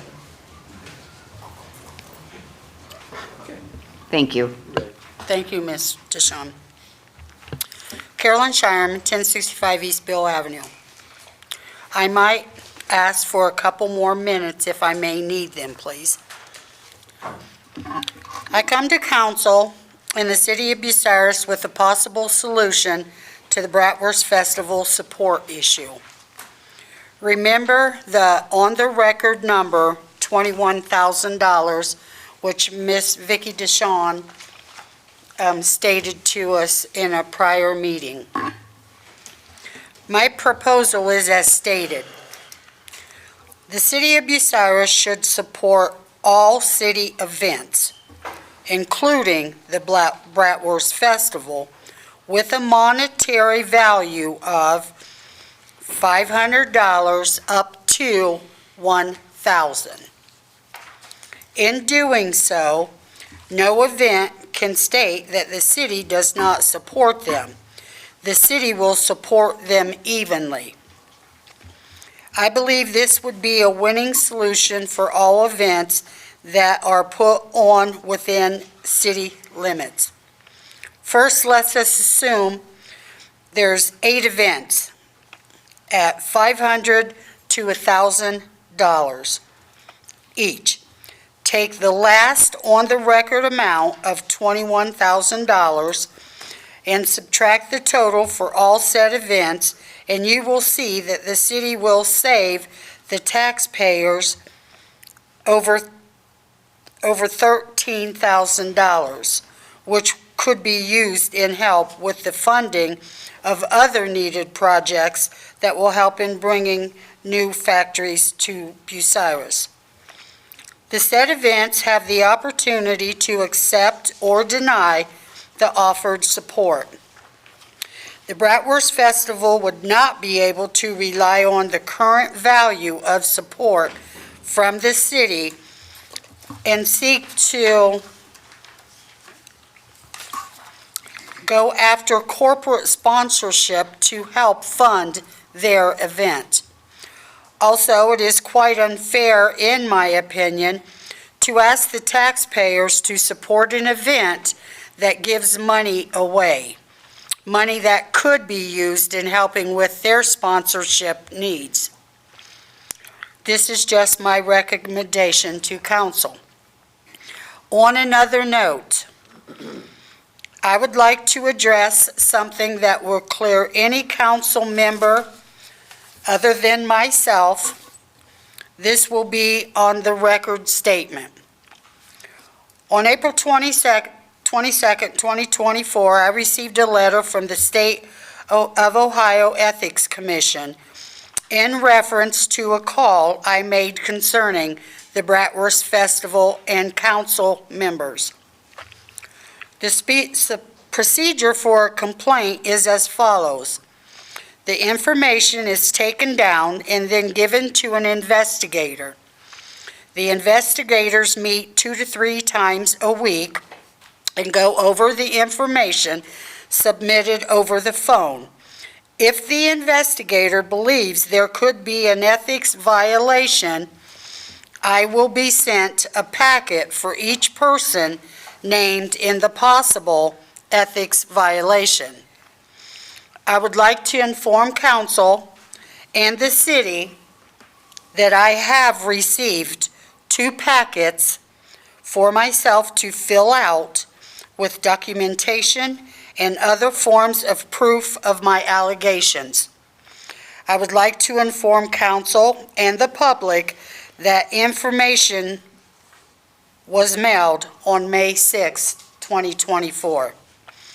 Also, under recommendation from the Ohio Ethics Commission, I have also contacted the Ohio State Auditor with my concerns and the IRS concerning possible fraud concerning the Bratwurst Festival in regards to hiding financial records and figures filed on previous tax return referenced by Ms. Dishon, I think it was, in a previous Finance Committee.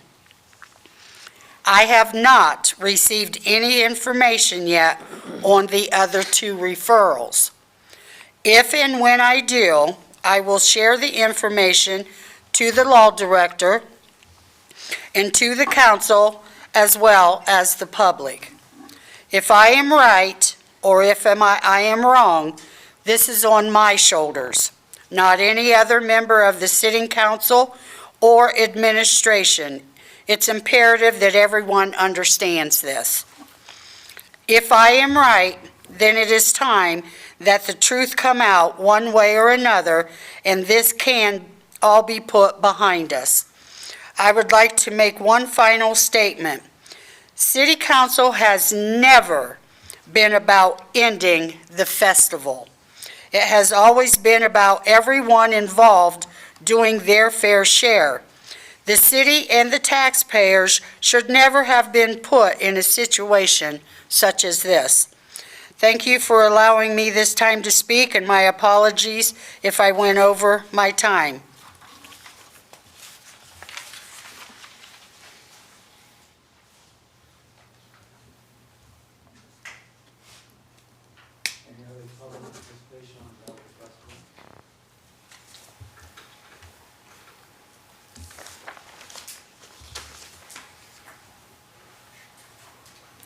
Clarissa Slater, 3645 State Route 4. I did some records requests and I spoke to Vicki, and she shared the information that she provided in the last meeting, April 18th, the committee meeting. I just had some follow-ups on that. I went ahead and compared those to the 990 EZs that were filed too. I do see that there was actually a bigger deficit that year once the year-end filing was finalized. And I was just wanted to make sure that the public was aware. I think there's some miscommunication or maybe misunderstanding that a lot of people are under the impression that the festival had some point opened their books so you could see the details of all of their transactions. However, what I found out from the documentation that Vicki provided me that in past years, the documentation that was provided was actually the 990 EZ, which shows that their expense and revenues overview, and essentially we just put in a spreadsheet. So I just wanted to clarify that so people knew that there was no not opening of the books, from my understanding, unless we're trying to set a new precedent for them to show their detailed records. And then I guess I have some follow-up questions on that, is if we're going to be hiring a forensic accountant to be making sure, since we're questioning the validity of their books, or what exactly the next steps are once we receive the detail of their books, or, hypothetically. So I wanted clarification on that for citizens, so they're aware that the documentation that was provided was actually what was already given before. Follow up on that, I wanted to see what government grants and government funding usually requires for public support. And usually it is the tax and filings. So their 990 EZ is what they've been using. So usually that is what is required or requested when asking for support or some sort of compensation. Now, I know it was mentioned, it is not money that's being given to the festival, it's an exchange of services. I know that was reiterated, but I just wanted to make sure that people knew. I just want to know if we're planning on doing this for the festival, if you guys were also planning on making sure that the Memorial Parade, Santa Parade, Snake Parade for the Bucyrus High School, Bike Night, Cruising with the Cops, First Friday, Candlelight Christmas, and Car Show, I probably missed some more, but if all of these organizations that benefit from receiving the services of having public services provided, if they're also going to be charged.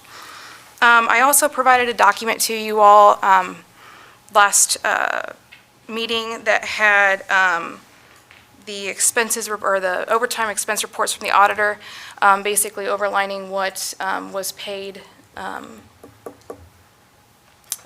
what was paid to in overtime in the month of September last year, 2023. And I averaged it for the 5 hottest months of the year.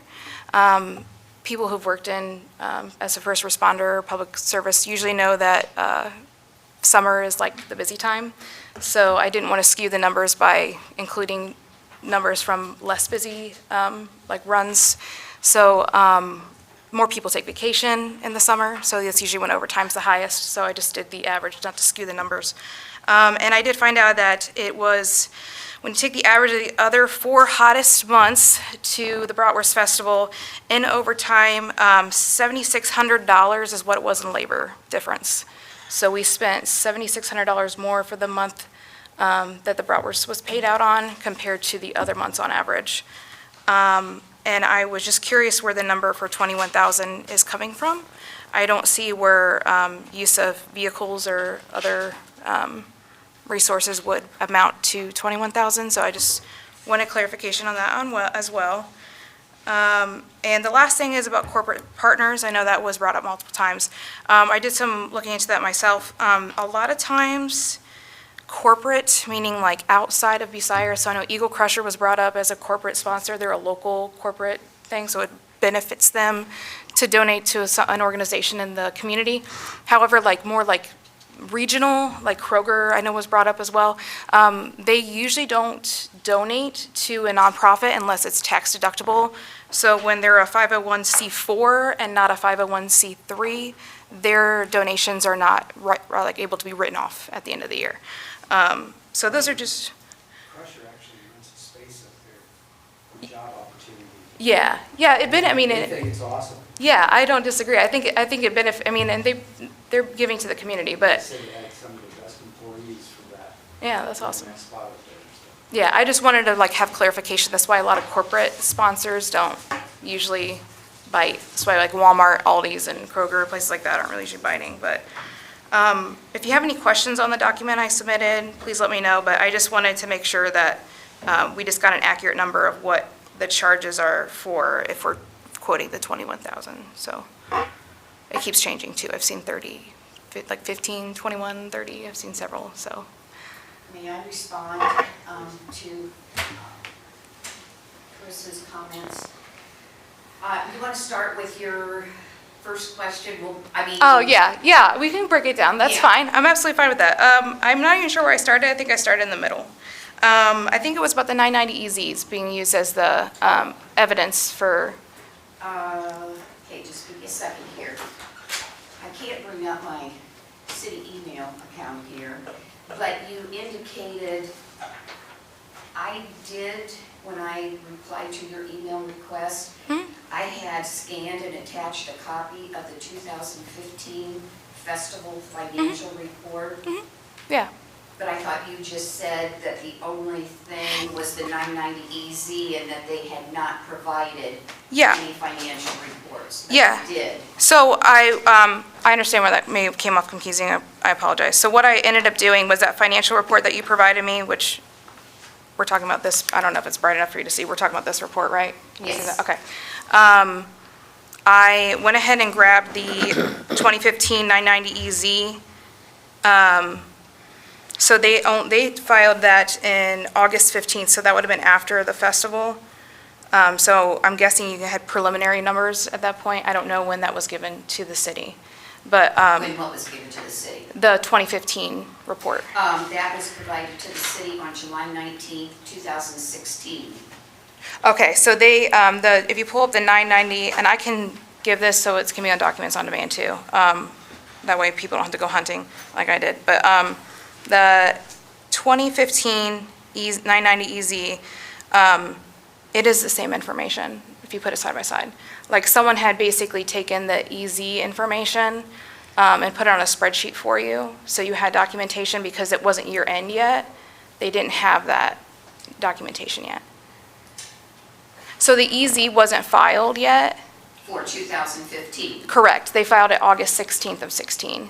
Okay. So when they were in a deficit and they realized that they weren't going to have the funds to pay for the city, or pay the city, they provided the preliminary information in Section O, which is like their expenses and their revenues, and they put it on a spreadsheet and provided it to the city. Okay, well, first off, none of these were provided to the city by the Bratwurst Festival.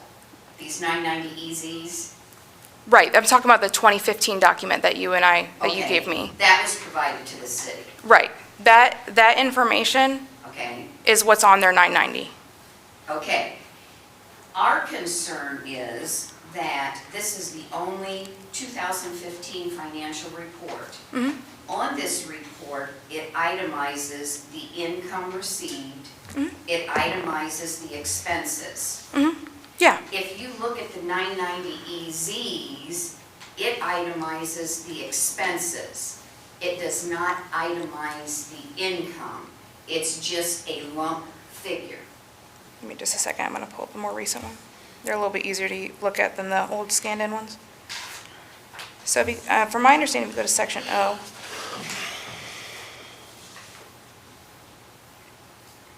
there was a portion where they In provided it. section Schedule O is your expenses, your itemized expenses. So the issue is that you want to question the revenues and not the expenses. Pardon? So you want to question an itemized revenues and not expenses.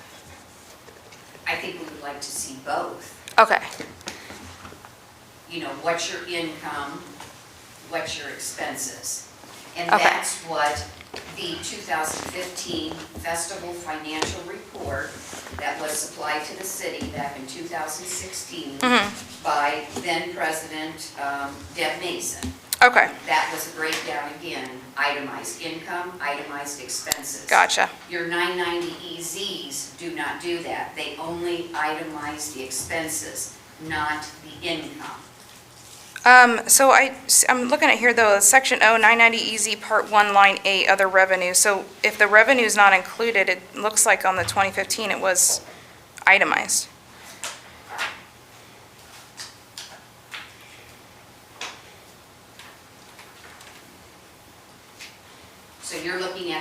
2015 990 EZ.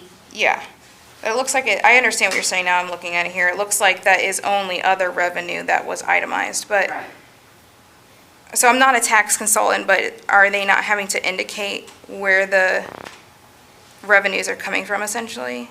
Is that what Not you're, according to the 990 EZ, they're just lumping it together under program service revenue, including government fees and contracts. It's not broken down, not itemized, as are the expenses. okay, so basically you're wanting to know, because on here it says like gross sales of inventory, loss of, less cost goods sold.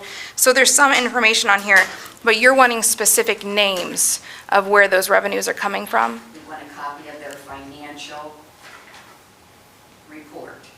Okay. Which is an itemized list of their income and an itemized list of their expenses. Okay, so I know you had some issues with what was provided, so I just wanted to make sure, because I don't think the public is clear, like what exactly, compared to what they're required to file, and what most government contracts or grants are asking for. So there's like an ISA 20 and a fiscal, I'm sorry, I'd have to look it up, but there's an ISA 20, which is the International Standards of Accounting, which says that government grants need to request basically their end-of-year tax filings, which is very similar to what like I would have to provide if I was asking for like some sort of government assistance. So I just want to make sure that it's like above that is what you guys are requesting essentially. Correct? I mean, I don't know how much clearer I can make it. We are requesting this festival financial report, which I'm assuming they do every year. Okay, but that just looks like an overview, because I think that there's some not like clarity on that, because so what I'm trying to say is that before, they have one report from 2015 of a breakdown. That's the only thing that we have, so it was provided one time, correct?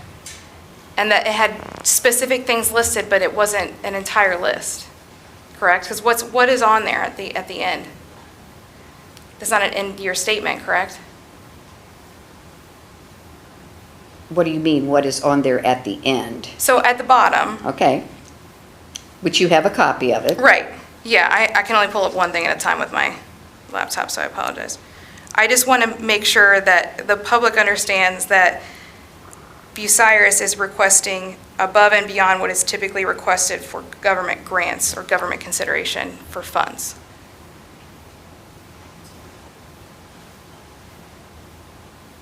We would like to have a copy Okay. of this. Okay, I just want to make sure that, because there's a lot of discourse, that's just a lot of confusion. And we talked about this, like, when you go into details and you focus on specific Yeah. things, a lot of times, like, the bigger picture isn't seen, and I just wanted to make sure that the public understands what is being requested. And, I mean, we were very specific and stated the festival financial reports, because that is how the festival identifies this. And we stated, they said that they were not required to give those to us. But they did in the past. They Right. gave us a 2015. They also gave to us, like I said, I don't have my email that I gave to you, but there was a banking summary that showed that they had 6,000 some odd dollar balance or what have you. So they have provided us. So what I had in there was the council meeting minutes and the festival financial report that you provided to me. So maybe that's wasn't included, but I did not see a banking statement, but I may have missed it. As I put on my email, that banking statement, I do not have a copy of. I took Okay. that information from the minutes, Okay. which I referenced to Right. you, if you would go to that. and Yeah, I did. I thought you were saying that there was an actual copy of it on here, so I just wanted to make sure I was understanding, but. Yeah, no, I'm sure I put on there that I did not have a copy of. Okay. Yeah. Yeah, all right. I Okay. just wanted to make sure that there wasn't, like, that was clear Okay. as possible, because I think that there's a lot of confusion of what exactly was different or what they were asking for than previously. Okay, so we have that, we are understanding? Yeah, Okay. yeah, absolutely. So your next question? Oh, I'll have to go back to it. Sorry, one page at a time for me. Well, it's up to you. I said that I feel like I worry about it being considered discriminatory if we're requesting this information just from the festival. So I didn't know, was there any additional information that you request from other organizations? And I listed off like a... Okay. This information that we have requested from the Bratwurst Festival has to do with us determining, how do I want to say this? The city of Bucyrus absorbs safety forces, expenses, police, fire, and then your cleaning, which involves solid waste, sewers and drains, and streets. I've checked with, I have emails to the police department. During the course of previous committee meetings, council meetings, it was brought up, just as you're asking, about other events, if we're asking. The Bucyrus 5-0 Bike Show was one of the events that was questioned. As far as the police department goes, in 2023, there was an officer who put in 3 hours of overtime for the bike show. He is the Department Explorers Unit Coordinator, and attending this event is part of his duties in that position. Other than that, there is no overtime expense absorbed by the city. So there's no overtime services provided to the Bucyrus Bike Show. Christmas Parade. The department does not schedule overtime for the Christmas Parade. So there's no reason to ask them for anything because we're not absorbing any safety force expenses or cleaning. Okay. Cruising with the Cops Custom and Classic Car Show. We do not bring in extra coverage for the car show. Now, this is all the police. So there's nothing to ask for them because, again, we're not absorbing any overtime expenses. First Friday, the department does not provide police coverage for First Friday. The Memorial Day Parade, the police department does not pay overtime for the Memorial Day Parade. Music at the mural. We provide no officer presence at the music at the mural events. And then it was even brought up, funeral escorts. I know, I heard, yeah. The department does not provide overtime for funeral escorts. Yeah. I do want to point out, though, that escorts are handled by the officers that are on duty. If they are available and not out handling other duties in the city. If the police escort is doing the escorting and a call comes in, they immediately leave that funeral escort, they go and do their duties. The funeral procession continues on. So there's no overtime expense there. Did you get the full report for specifically Bratwurst Festival overtime reports? Yes. Okay. But if I can finish, just, Yeah, of you know, course. so everyone understands, for the fire department, same thing. The fire department does not provide dedicated services to any of the listed events. So again, the city is not absorbing any overtime because there's no dedicated services by the fire department. Bucyrus Police Explorers, Post 229, having to do with the Bucyrus, or the 5-0 Bike Show fundraiser. This particular one, there was 4 hours of overtime for the setting up of 20 barricades, 20 cones, 6 trash cans, and 2 steel plates, or I'm not sure, I think it says plates. That is to set them up and to take them down. So the Bucyrus 5-0 Bike Show, the city did absorb 4 hours of overtime. The Candlelight Christmas, no overtime services rendered. The Cruising with the Cops, no overtime. First Friday events. And this is all, wait a minute, what am I doing here? Excuse me. Let me go back if I may. When I did the Bucyrus Police Explorers, this has to do with the street department. Again, you know, they had 4 hours of overtime. Street department had no overtime for the candlelight Christmas. Street department had no overtime for cruising with the cops. Street department had no overtime with the First Friday events, and that's every event, and there are 4 of those a year. As far as the music at the mural, there were no overtime hours absorbed by the city. So that's that for there. So additional events that, you know, we've had a number of individuals question, are you going to do the same with them? There's no reason to, because we're not expending or absorbing any city services. I guess a follow-up question then is, I mean, when you have any sort of event, and other cities are more familiar than this, than Bucyrus, because we have one event, and that seems to be it. I wonder if, you know, what is the individuals that are staffed specifically for the festival from the 11 a to 11 p.m. shifts? Like, is there an overtime report for the 11 a to 11 p? Not for the hours that you're specifying, but as I had pointed out, there was a public records request made back on September the 18th, 23 by our Bucyrus resident, Mr. Greg White. He's sitting here. I thought you had left. And he provided me with the information that he secured from the city auditor's office that are sheets that have a breakdown of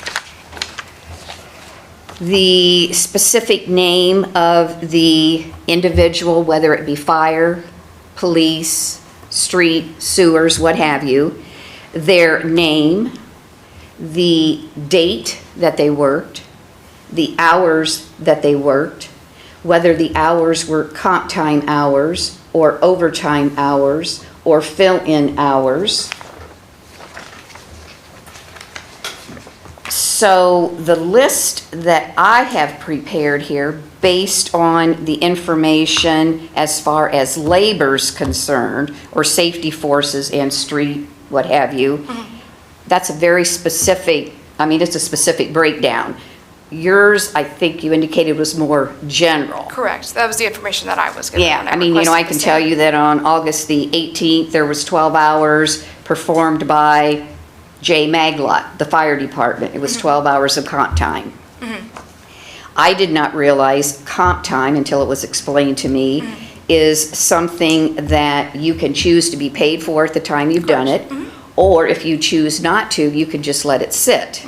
And then you can take it when you want. Yeah. And correct me if I'm wrong, Kaylee, but if you take it in the year, the comp time, if you get paid for it in the year in which you earned it, you are paid at that rate.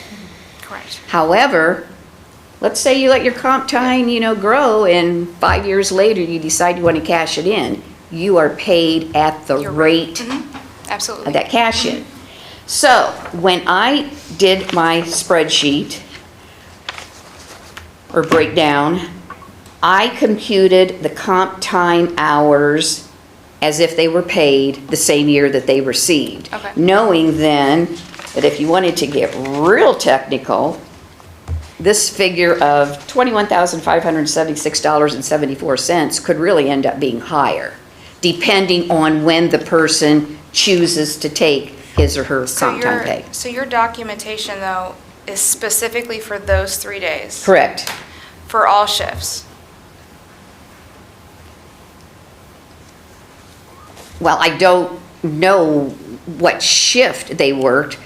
I just know that on 8/19, this person worked for 2 hours, and on 8/20, that person worked for 4 hours. Their hourly rate was $22.89.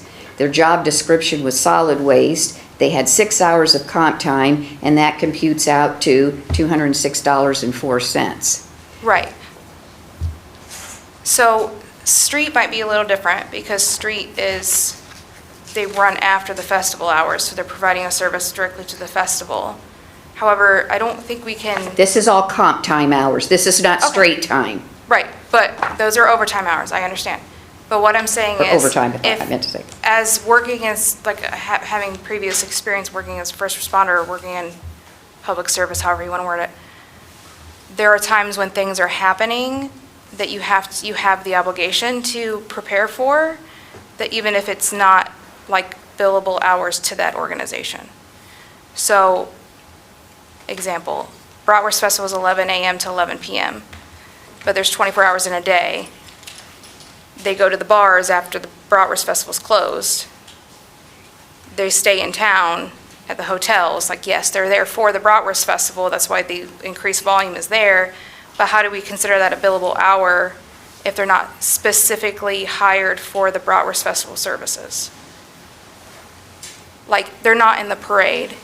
They're not sitting in a golf cart doing active security. Do you see what I'm saying? They're not there because the festival is requesting them there, or the festival needs their assistance. They're there is because there's an increased amount of people in the area. So you're asking if after, and excuse me if I'm being dense here, you're asking if once the festival closes down at 11 and there's an issue at the bar, that's not in here? If that's what you're asking? Essentially, what I'm saying is, like, I think the shift or the times that they're designated between 11 a.m. and 11 p.m. when they're specifically assigned to the Bratwurst Festival is important to know. I mean, because there's people running the parade, there's people doing security during the parade, but if it's just for the increased volume of people being there outside of festival hours, I don't see how we hold the festival accountable for those increased amount of people in our area. Okay, these hours that are listed here are Bratwurst Festival hours. The days of the festival. Correct. But what I'm saying is, at 2 a.m., when a brawl breaks out because there's an increased amount of people at the bars. Okay. We're not charging, we're not absorbing. Yes. Yeah, we are. Well, we are because there's an increased amount of people present. People come to Bucyrus for the festival, right? That's there 11 a.m. to 11 p.m. They come through there for the function, but then after it's over and done, and they leave the festival grounds, and they go to the Ambeds, or they go to the Crazy Fox, or wherever they go. What I'm saying is, those overnight hours, they have, I'm sure they have team meetings where they say, you're going to be assigned to this area, additional staffing is going to be present because there's an increased volume of people here. That's not the understanding that I got from the police department. If they give you 3 days, 24 hours of 3 days of people, like, we just need clarification if that's just a full 36 hours or whatever. I can't do math right now. 72, thank you. Math's not my strong suit. But if it's like 72 hours worth, and it's, all 3 shifts, but the festival's only happened from 11 a.m. to 11 p.m., then there's 2/3, or well, it was 12 hours, so you would split the figure in half. You could say that, 12 hours of that is not, like, what extra officers are being assigned for just the festival? I'm sorry, am I being dense here? No. So- Basically, Go ahead. Yeah, go ahead, please. Math was not my forte. Yes. Greg White, 1125 Hillcrest Drive. Okay, the hours that the city is incurring during the Bratwurst Festival is the overtime from police, fire, and sewers and drains and sanitation. That is the only cost. The normal business hours of the police department and fire department are normal business hours. They have no effect on this overtime, none whatsoever. Okay? None. So what he's saying is, if we've got normally, on a normal day, if we have 4 police officers on duty, That's what's working. that's Right. what's working. That's Okay, so taken the out of police this chief, equation. He changes the shifts to meet what his requirements are, okay? With normal staffing I people. understand that, but what my concern is that there is an additional amount of people here outside of the hours of 11 a.m. to 11 p.m. that we can't hold accountable for the festival. Wait a minute, they're here for the Bratwurst Festival. Yeah. Because it's an attraction, but you can't bill somebody for. They're not billing them for that. Billing them. They're only billing for what is Overtime. is overtime required during the festival hours. Yeah. Anything after But that, her reports, she says she doesn't know what hours those are being billed for. She says those are overtime hours for those 3 days. She doesn't know when they work.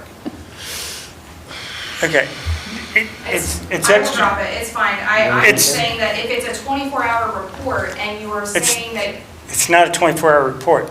It's additional staffing levels that the Bratwurst Festival has requested for the cleanup, for extra fire, extra police during festival hours only. It does not incur a 24-hour period. Those are normal business hours that are run 365 days a year in the city of Bucyrus between police and fire and sanitation. so They're- your request specifically asked for the extra overtime from 11 a.m. to 11 p.m. No, there was, no, wait a minute. That's It's important.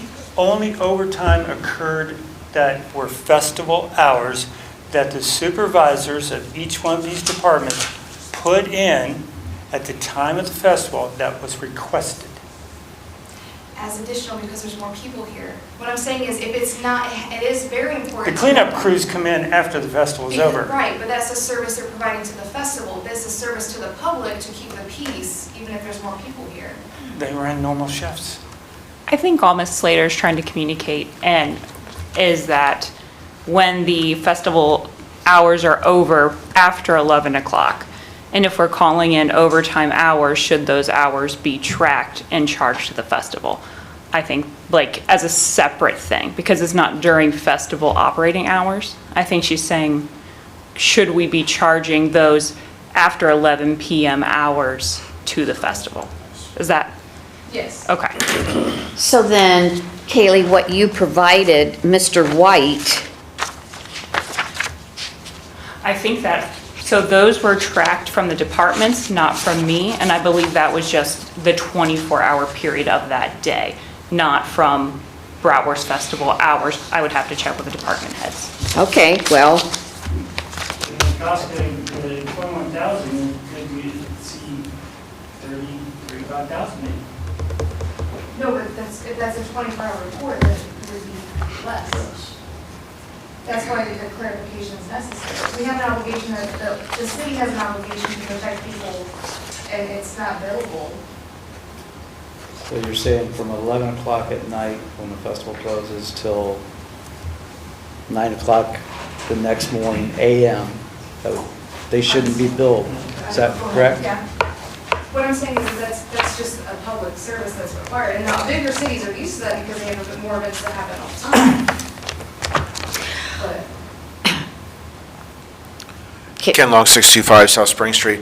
I think the issue is, on a given day, 7 days a week, all those service providers are doing X amount of work. And the question is, how much additional work is being done during those 3 solid days, 72 hours, additionally, because the festival's here? Your point's well taken. After 11 o'clock, there's crap happening until 2, 3 o'clock in the morning. Okay, and I'm very sure that the police chief especially has extra people there because we have extra people on the ground. Okay, so, and I think that's a very simple math equation.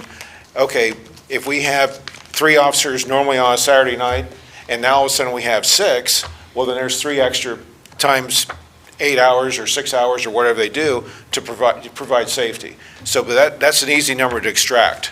You know, it's only 3 days worth. Okay, so if they run so many hours of each department during the week normally, this is real simple stuff. So I think we're getting bogged down on something that all you're looking for is the extra during those 3 days. We've been doing this stuff for over 50 years.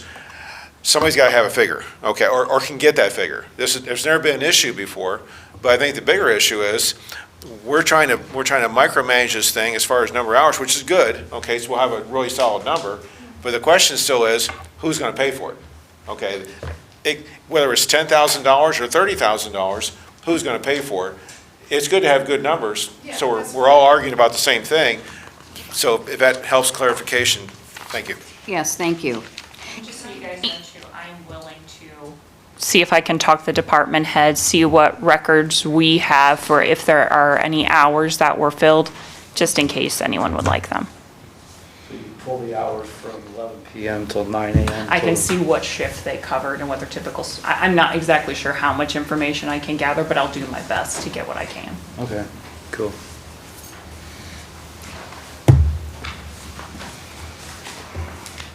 I want to say something a little bit different, Carolyn Shireman.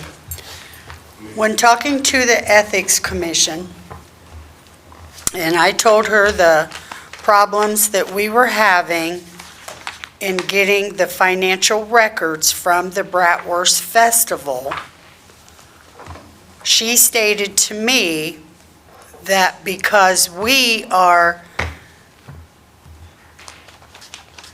city is not given, but the taxpayers is paying for a service from the city, therefore, they should be giving us their financial records. It was at that point, she told me, Carolyn, have you reported this to the state auditor? And I said, no. She says, have you stated this to the IRS? And I said, no. And she said, I recommend that you do, because if they're refusing to show you their records and you are acquiring that debt, the city acquiring that debt and paying it for their event, which usually events pay their own things, then we have every right to see the financial records.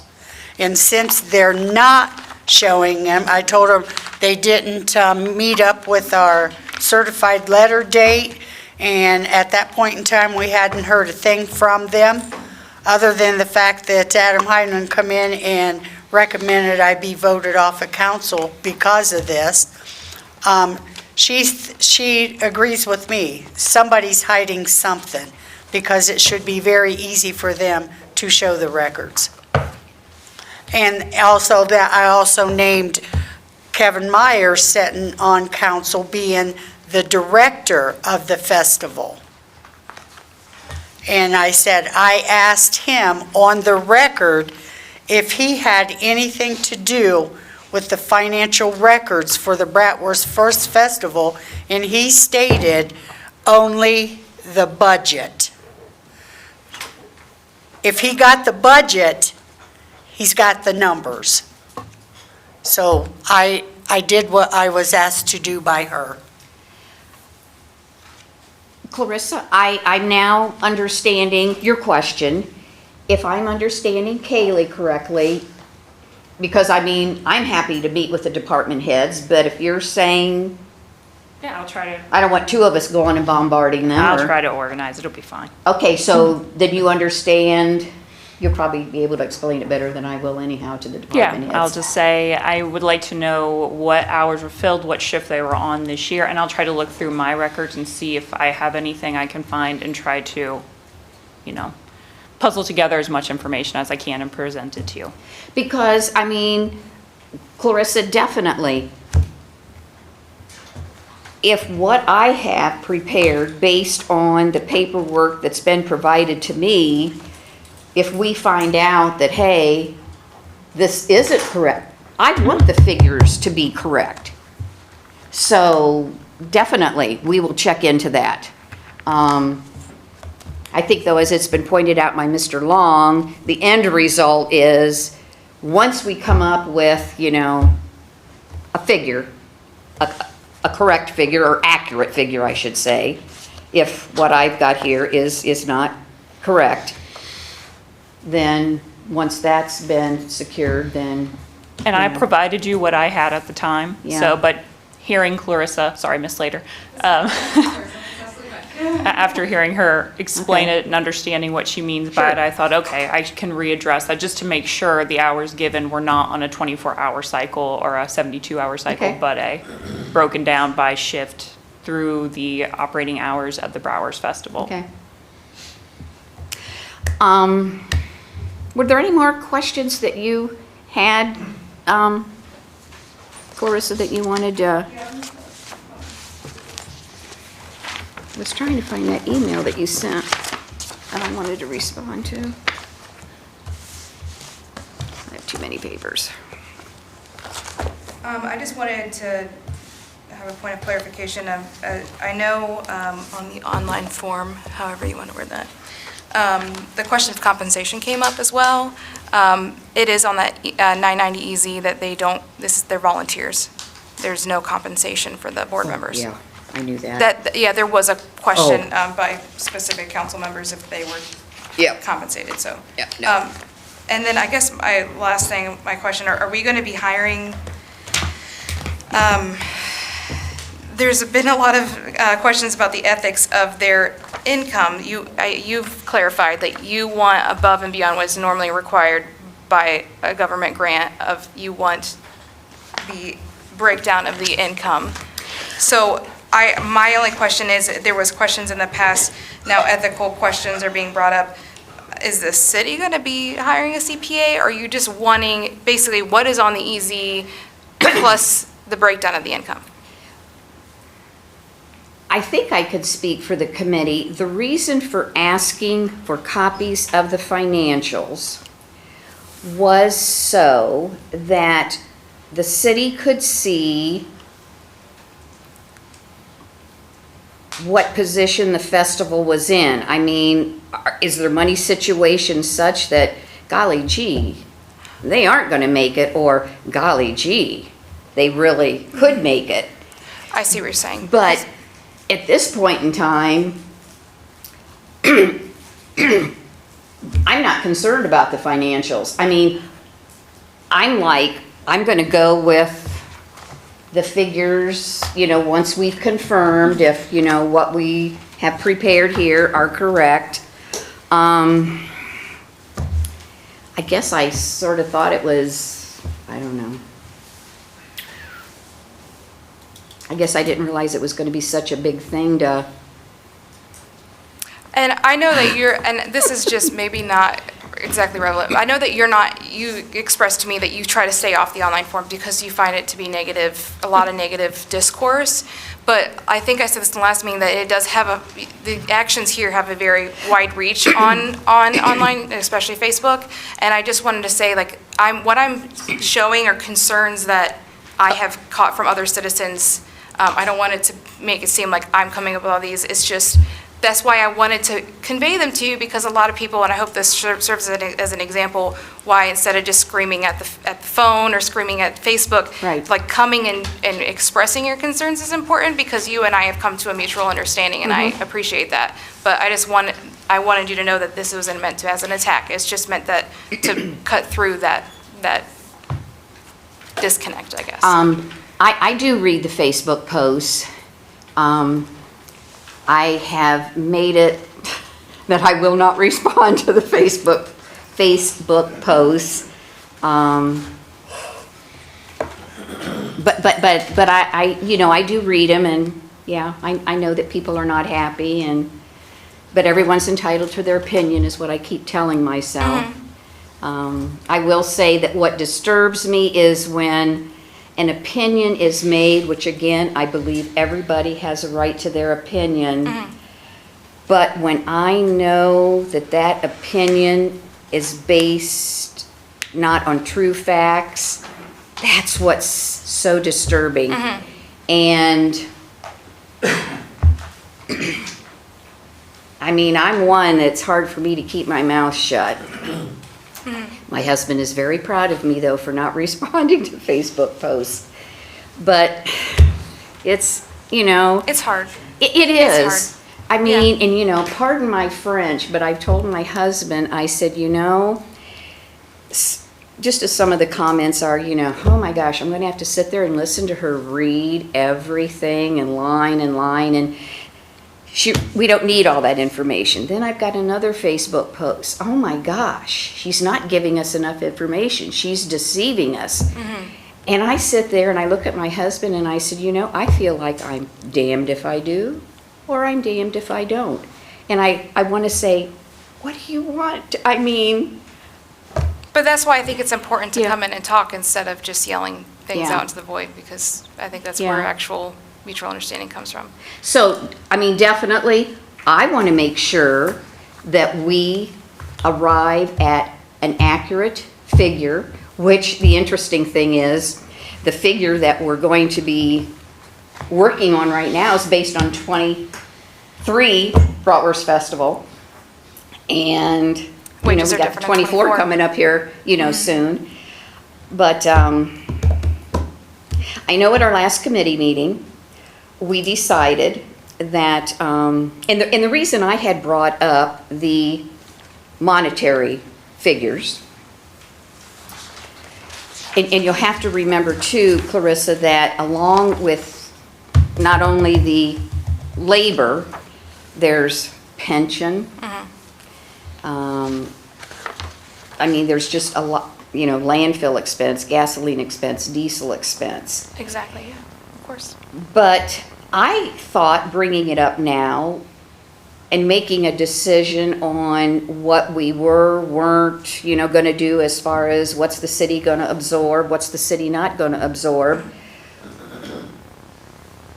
was to help the festival know well in advance for 2025, because 2024, the city is absorbing everything, that this would give them well enough advance notice so they'll know, okay, gosh, now the city is only going to absorb this amount.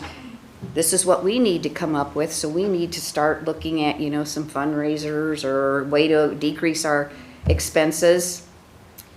But as it was pointed out, I mean,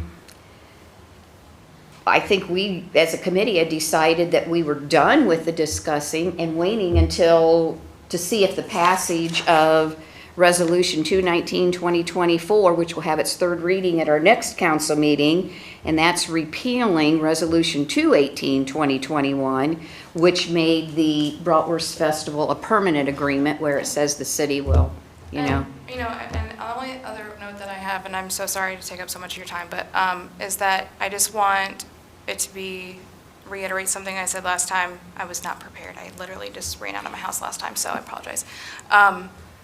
It's like the butterfly effect. So the Bratwurst Festival does provide a lot of free services to other organizations, as I had named before earlier. And they, from the EZs that I've seen, it's kind of concerning. It seems like they're almost every year in the negative on profit. I don't know if you looked at the EZs that show that they're in the negative. So my only concern is that if they really can't cut back anymore, because I think some of it is because they lease for so cheap to local communities. My only concern is that they would have to find revenues elsewhere, and leasing or renting out their equipment would fall into that category, which may inadvertently hurt other community or other organizations. So. And comment on the 990 EZs showing that they're in the negative. One thing you have to take into consideration, that one of the expenses that they take off on a 990 EZ is the depreciation of their building, and that can make your return look bad when it's really not bad. I mean, because the depreciation, it's a figure, it's not an out of. Right. So, I mean, yes, I can see, but when you look at what the depreciation is that they deducted, if you add that back to the negative. And their equipment too, as well. Yeah, I don't. You would know that? Yeah. Farming? Yep, so. Yeah, understood. I understand that. I just wanted to make sure that, that if they are in a situation where, and we talked about it after a meeting, there might be reasons why they don't want to release out their specifics. Well, and I know you had placed that in your email to the council members, and I believe in your email that you wanted us to have this, and you were looking forward to what our responses were. And I guess the one comment that you had on here was that they may not want to give us their financials because, one, the festival may be operating under a non-disclosure agreement. Well, I guess, have you checked with the festival to see? No, this is just speculation because I'm not the festival. And I was just saying, trying to work through scenarios that might be present. I mean, if entertainment, like I said, if they get more exposure here, might charge us less. But then if they go to Crestline, which may not as get much foot traffic, they may have to compensate on the back end by charging them more. And that does cause like an issue if they've been told that they're not supposed to disclose it. Yeah. And I said, like, the big people like Schmitz that comes in from Columbus, I don't know. I'm just speculating. They may be charging them more than what like the Bucyrus Band Boosters is being charged. And they do that so they can afford to get the revenue into some places local, but that's just, it's all like a cascade effect. And this is where I was talking about that, bloodbath of, this all has to be hashed out because it's just. And I'm not sure if the festival would answer these questions, Yeah. Are they operating under a non-disclosure agreement? Are they giving different vendors prorated, discounted, and preferential rates?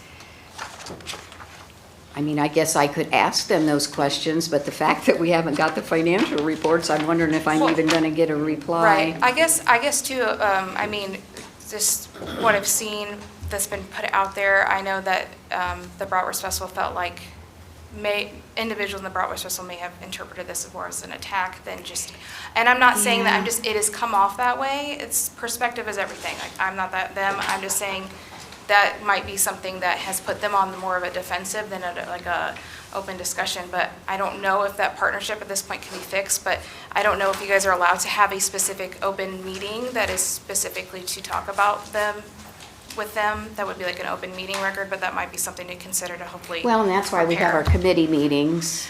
I'm aware, but like, have they received an invitation to have a specific meeting on this, at least with a representative from the city? Or was it just all in here and in letters and multiple phone calls and? Well, I think the fact that we have 2 council members that are involved with the Bratwurst Festival, I'm sure communication was made. There were Bratwurst Festival people here. We had some nice crowd. Right, they're supposed to abstain. I just feel like maybe like if there was a representative from the council to have a meeting, there might be a better discussion than an open. Oh, I see.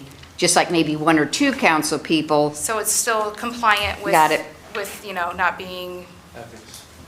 Sunshine law. But, Yeah, correct. yeah, And yeah. also Right. just have as an open door discussion. Because I do think, whether it was the intention or not, there has been a damage of a relationship, especially with accusations of wrongdoing. It has brought to the point where I don't know if this can be resolved in this kind of setting. Well, I know that I'm hearing the comments, reading the comments where, people are under the impression that we're wanting to do away with the festival totally. All we're doing with this particular resolution is repealing the permanent agreement. The permanent agreement which says, hey, from this day forward, the city's going to absorb all those costs. Mm-hmm. We want to go back to the every year. Let's take a look at it yearly to see, do we need to absorb the costs? Or can the Bratwurst Festival, share? And I don't know how many, every time we have a meeting, I have said, we do not want to shut down the festival. But it's like, I don't know how many times I can say that, and it's just going in one ear and out the other. Well, I don't think it's so much that. I think the discourse has just at this point run rampant. I mean, now,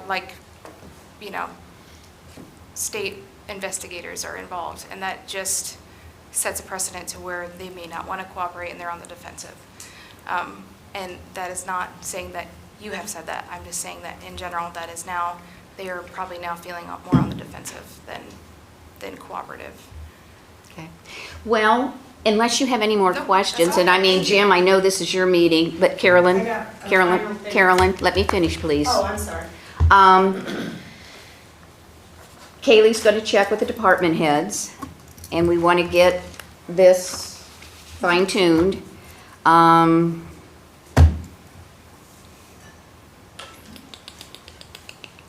But again, I think other than that, we decided, you know, we were gonna wait and see if this resolution passes or not, and if it does not pass, then we are still gonna have the permanent agreement, and then all this discussion, yeah, goes away. Okay. Ready? Yep. Carolyn Shireman. Vicki, you just stated, and I'm glad you did that with the other events, that the city doesn't support them with any monies, like the car show and all that, okay? Make sure I'm right in what I'm saying, because I get a lot of bad posts on Facebook. Second, can anybody tell me how many events? How many events are there? Excluding the Bratwurst Festival. Well, I just on your paper, what can you count? 1, 2, 3, 4, 5, 6. I'm not gonna count the funeral escort as an Yeah, event, although that was brought up. Are we Right. gonna? I looked into that myself. But then I know there's been some other events that Clarissa mentioned tonight, school, snake parades and that. You know, those weren't events that had been mentioned previously, and so I didn't check into. But we weren't supporting them in any way, right? I don't know that because I Okay. did not check. So let's just say 8, like I said before, right? Let's go with the car show. We never funded them with any support. So if we go back down here to what I said in my statement, if we took the car show, First Friday, name me a couple more, guys, that, Christmas parade, right, cruising with the cops, yes, Memorial Day, mm-hmm, music at the mural. mm-hmm. Let's say those that, I'm not aware that they've even asked for our support, but they are events, correct? So if the city decides to sponsor or support that event within the city limits, the city would be supporting them with $500 because they've never asked for it and we've never offered it. So therefore, the city will be using taxpayers' money to support these events up to $1,000. So my $1,000 is referring to the Bratwurst Festival because they are the ones that we support with the most. So I think to be fair about all of this and not to be going through all of this ever again, I think that council should really think about the cities, and we're going off of the $21,000 that Vicki just brought up again. If you take those, say 8 times 5, what do you got? 4,000? And then 1,000 to the Bratwurst Festival? There's $5,000, correct? Am I right?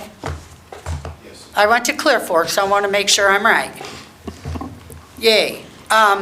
So if you take the $5,000 away from the $21,000, what have we saved?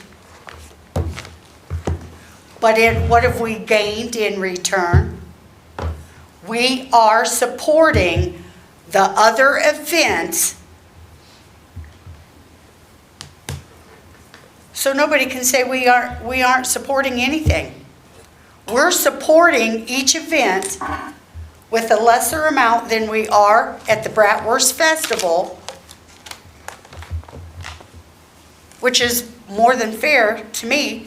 And this also, when I stated down here about us supporting it and then they give the money away, what I'm referring to is the spaces that the Bratwurst Festival does not charge for, which could be monies used in the sponsoring of their event for the next year.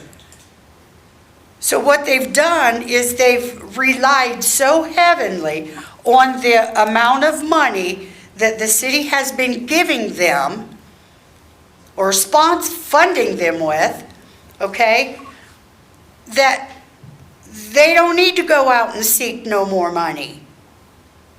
So all of this is happening now. All this uproar, in my opinion, is because,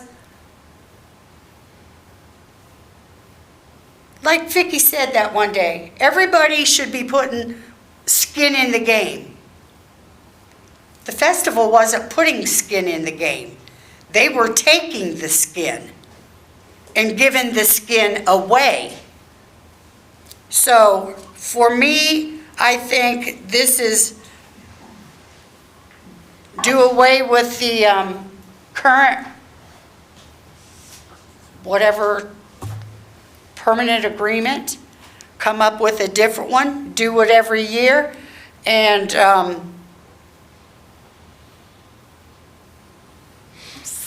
sponsor, support them all like this. We come out ahead, the events come out ahead. They can either choose to accept the $500, or Kaylee could make up a new fund and put that money back into that fund for the next year. If the car show decides, well, you know what, they're supporting us with $500, you know, that could pay for our advertising or something. So let's go ahead and take that. So the city's supporting them with the $500 they want to use for advertising. That's $500 less out of their pocket that they could do their way. But it will also teach, and I'm sure the festival don't see it this way, but down the road, maybe they will, that they have to learn, that they have to get on their feet, and they're going to have to go out there and seek sponsorship for their event. They can't rely on the city to do this year after year. Listen, as I see it right now, talk about taking away the tax exempt thing for the city, you know, the people, that tax credit. But yet, we're giving all this money to the Bratwurst Festival, who won't even show us their records to see if we need to give them that much. Okay? I'm telling everybody right now, and this is on record, and all of my constituents that voted me in here,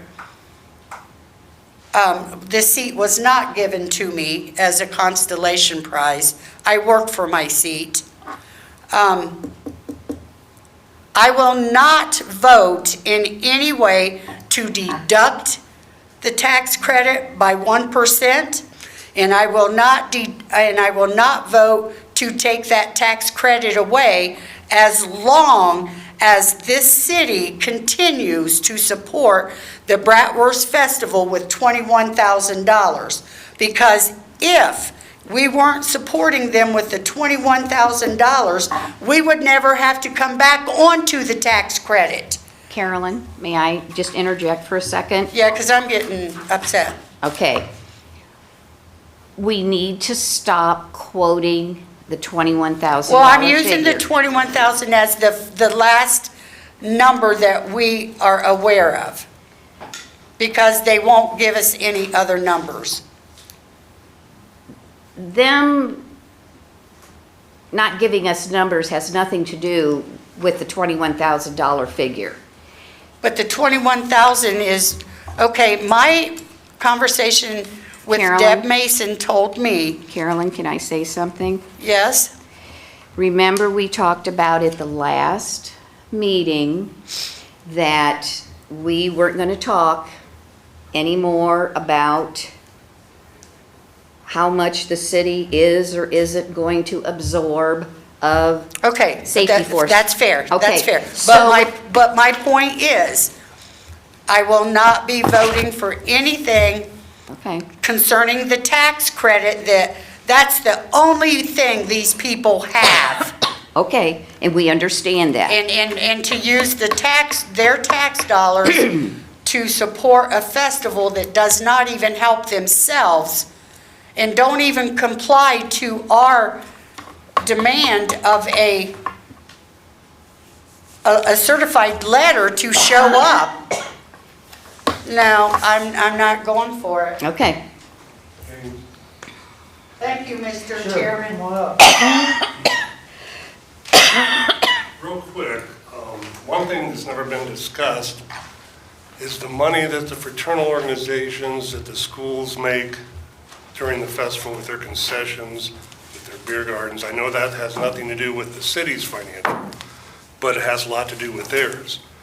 And, you know, if the Bratwurst Festival, I don't think they're going to give you their financial records. I mean, if they haven't responded, so you just need to move on. Oh, yeah. Pass your thing, quit wasting all this time, you know, talking about all this, and just move on, you know, to what you need to discuss.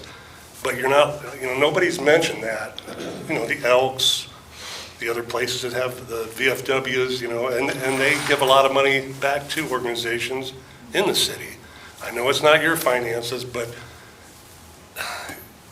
and you're not giving them 21, and I know that figure isn't right anyway, or it might not be, you're not giving them any money, you're giving them services, which I know you have to pay for those services. But I think we're just wasting a lot of time on this. If they're not gonna give you the records, you know, I don't think you can do anything about it. So, you know, your next meeting, vote your resolution out that you had and move on. well, and that's what we are doing, yeah, That's what our plan was for this. yeah. Thank you, Gary. Oh, one other thing, you might need to get an order of people speaking. So like, when somebody's already spoke, if there's somebody else that wants to talk, maybe allow them to come up first before somebody comes up 3 times. Oh, gotcha, okay, thank you. Thank you. Hello. Adrienne Kemery, 725 South Spring Street. I'm not trying to beat a dead horse here, but if we're going to try to get an accurate figure, we need to make sure that we're comparing apples to apples. It sounds like the previous request for where you guys got those figures before, I don't know how, you can extrapolate any kind of data or financial data depending on which way you come from or how you're asking for it. So I guess I just want to make sure that it is the exact, like you're looking for the exact same things based off of what you're trying to charge for. My other question is, who dictates how many firemen and police officers have to be on duty? Is there a statute that says how much it is, or is it being asked for by the Bratwurst Festival? And I guess that's my question. Managers. It would be the chief that would. Yeah, that's what I Would figured, do yeah, the it's fire, the and the chief. police chief would do Yeah. the police. Okay, And all that's okayed by Tommy, the safety service director. okay. So I guess I just, that's my Administration. question. That's It's like- administration. Right, so I guess, nobody sits down with the Bratwurst Festival then and asks them, you know, they do need during the parades, you know, they need the extra help then. Maybe they need that more so than, you know, I don't think at 11 o'clock in the afternoon, we need 3 overtime officers walking around. So I don't think it would be fair to charge the Bratwurst Festival if it's something that they don't adequately need. That's If what it's we were some- just talking about. Right. And that's something I'm more than happy to ask the department heads if they use any metrics or like that for staffing, or Yeah, if they because have it any seems like, conversations. you know, what was requested maybe before is just what overtime hours are for these days, not where I believe when you have gone, when you were answering Clarissa and saying, We asked, there's no overtime hours for this event, there's no overtime hours for that event. You asked the specific question, are you as the police paying any overtime hours for the Memorial Day Parade? You didn't say, hey, for the day of the Memorial Parade, are there any overtime hours? Because there very well could have been. That's what I'm saying. We just need to make sure that the same questions or same type of data is being extrapolated to make sure that it's accurate. Because you were asking the specific question, or potentially before when he asked for those numbers, he may not have said, I want to know for the Bratwurst Festival hours, which are only like 11 to 11, that is when the Bratwurst Festival is open, and would be asking for people to patrol for them. I would say after 11 p.m., if you're going to charge somebody, you need to charge the bars, and because they're the only ones open after 11. We're thinking about that too, so. So that's We my would have question. an ordinance for a beer garden to the city. And then the other thing is, I am not currently affiliated in any way, shape, or form, but previously I was. My daughter was the Bratwurst Festival Junior Princess years ago. She was the Bratwurst Festival Princess. I spent countless hours of my own time driving around and representing the Bratwurst Festival to other cities. My own money, my own gas, paid for all of the things, paid for going to all the festivals and all of the dinners and everything that involves. And then I was asked, and I did help chair for a couple years until I got too busy in my own life, the Royalty Committee. So I was a part of that for 2 years. I believe it was 2 years. And you don't know how much is given. So to say, because they may not be giving 21,000 or whatever the number was in the past couple of years, to say they don't have skin in the game, unless you have volunteered at least an afternoon of your time, you have no idea what goes into that until you are there, because it is crazy. I was drenched in sweat. You are responsible for taking these little ones down at the end of the parade, and then you have to be down here to get them, and then you have to be here. So yeah, you need a golf cart, because you can't make that run. Even with the golf cart, I'm dripping with sweat and drenching. It drenched with sweat because it was so much to do. So I guess I would say we're all hung up on this money. If more people would give of their time, that would be great. And there is sponsorships out there. It may not be the big ones from big companies, but there are a lot of local people that do invest in the Bratwurst Festival. So it's not, I think that might be another thing too, is I would be reluctant to just open my books, because if you do that, there may be people that give donations that don't want the next person down the line to know what their donation was, how much their donation was, because then this other organization is going to get ticked off. You gave more to the Bratwurst Festival than me. So I don't think, though, if I may interject, that we're asking for specific names of people that are donated. It would be a line, donations, X number of dollars. You know, itemized income, concessions, this. We've never asked to see their books. We've asked to see the financial report, which the okay, I reports- thought there was a point in time where bank records were asked for, like history of bank records. Oh, I never, Not by me. yeah. This is coming from online discourse. People are saying open the financials all the time, saying open your books. That is being parroted by members of council, just so you're aware. That we're saying that? Not you specifically. There Oh. are members of council that are asking for that. Oh. That's where this discourse is coming from. Okay. Now, I will point out, when I worked for the city, for the law director's office, every year, when we would do the Bratwurst Festival agreement, there was never a sitting down and going through and seeing what safety forces were used and what have you. We just had a meeting, and it was Bratwurst Festival, you're gonna pay $20,000. I mean, it was just a figure. And so, I mean, maybe, I don't know, is that what the festival wants us to just, I guess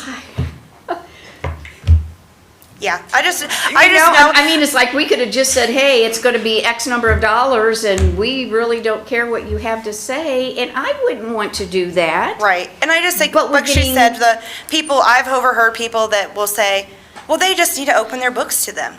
And I'm like, no, they don't. They're a private entity. They don't need to do that. They don't need to release their information. I wouldn't want to release my bank records. I have Well, nothing to hide, but I don't want to give you my bank records to put on public record. First off, this is in the Finance Committee, and I do not believe anybody on this Finance Committee has said, we want you to open your books. That's my It wife. was on the certified letter. That's my wife. She better not be commenting. No, it's the letter that was sent on April 5th of 2024, the certified letter. And what does it say? Clarissa, I don't have my glasses on. I'm her sister, 13 years older, so I can't see very well. Okay. The Bucyrus Council Finance Committee voted in favor of repealing, I'm so sorry, I'm not going to name all these off. Notice hereby given, the city of Bucyrus intends to modify the current agreement with the Bucyrus Bratwurst Festival, Inc. In order to make a thorough analysis, the Bratwurst Festival, Inc.'s financial position is imperative. Bucyrus Council has access to the organization's financial records. Please provide the financial records from the past 10 years to the clerk of Bucyrus City no later than April 12th. Bucyrus City Council is evaluating the financial status as well as reviewing the agreement for services with Bratwurst Festival, Inc. to determine what is in the best interest for both parties moving forward as such, to make a fully formed decision pertaining to the city. It's right here. Okay, sorry. Now my eyes are working. It says that you're requesting the financial records, which include but are not limited to monthly bank statements from the year 2014 to now. So in your certified letter, you did ask for the bank statements. Thanks, fine. So, but I don't know. And I've heard I'm going to get my nails done, and I hear the lady that's doing the hair, she's like, they just need to give them their books. And I'm like, would you do that? Would you turn over your full books so that the whole city can look at them then? And she said, well, I do. I said, how? She said, when I file my taxes. No, that's not the same thing. A tax return is not the same thing as opening up your books so that people could look at them line item by line item. Like I said, I have nothing to hide, but I don't need people to know where I shop or when I shop or how I shop or who I give my money to. And I think that's just me personally. I wouldn't want to do that as a business either. And I think a lot of businesses in town would feel the same way. So Can that's we it. agree that we don't want to see the books anymore? No. That's a certified letter though, so. No, we now, today, Yeah, officially don't want to see the books. but the relationship's damaged, that's the problem. Yes, that- I that's- understand. That's the thing. Okay. Damage is already done, so. Any more public participation? Mr. Meehan? Yes? If I can. In my opinion, relationship being damaged, I mean, it's a two-party thing going on.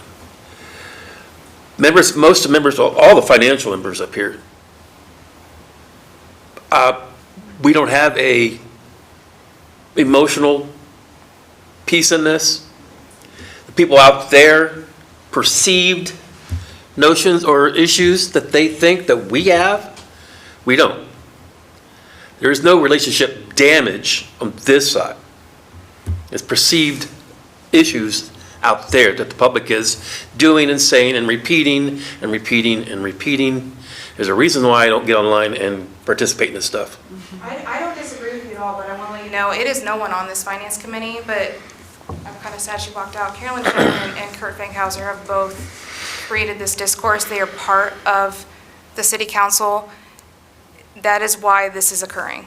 I'm not solely, but those, you can't control that, but unfortunately, you guys are now the punching bags of having to reel this in, and they have nothing to do with the finance committee, but they are putting out a discourse there that is making the problem come to you. So I just want you to be aware. But We've known that for a month now, so. I know, and you guys have had an answer to it, so I'm sorry that you have to, but I just want to let you know that's where the discourse is coming from, so. Any more, Chris? No, I'm good. Yep, those are my keys. Is that it? I'm done. Vicki, anything to add? No, that's all, thank you so much. Sorry, I'm so late. No, thank you. I adjourn at 9:34.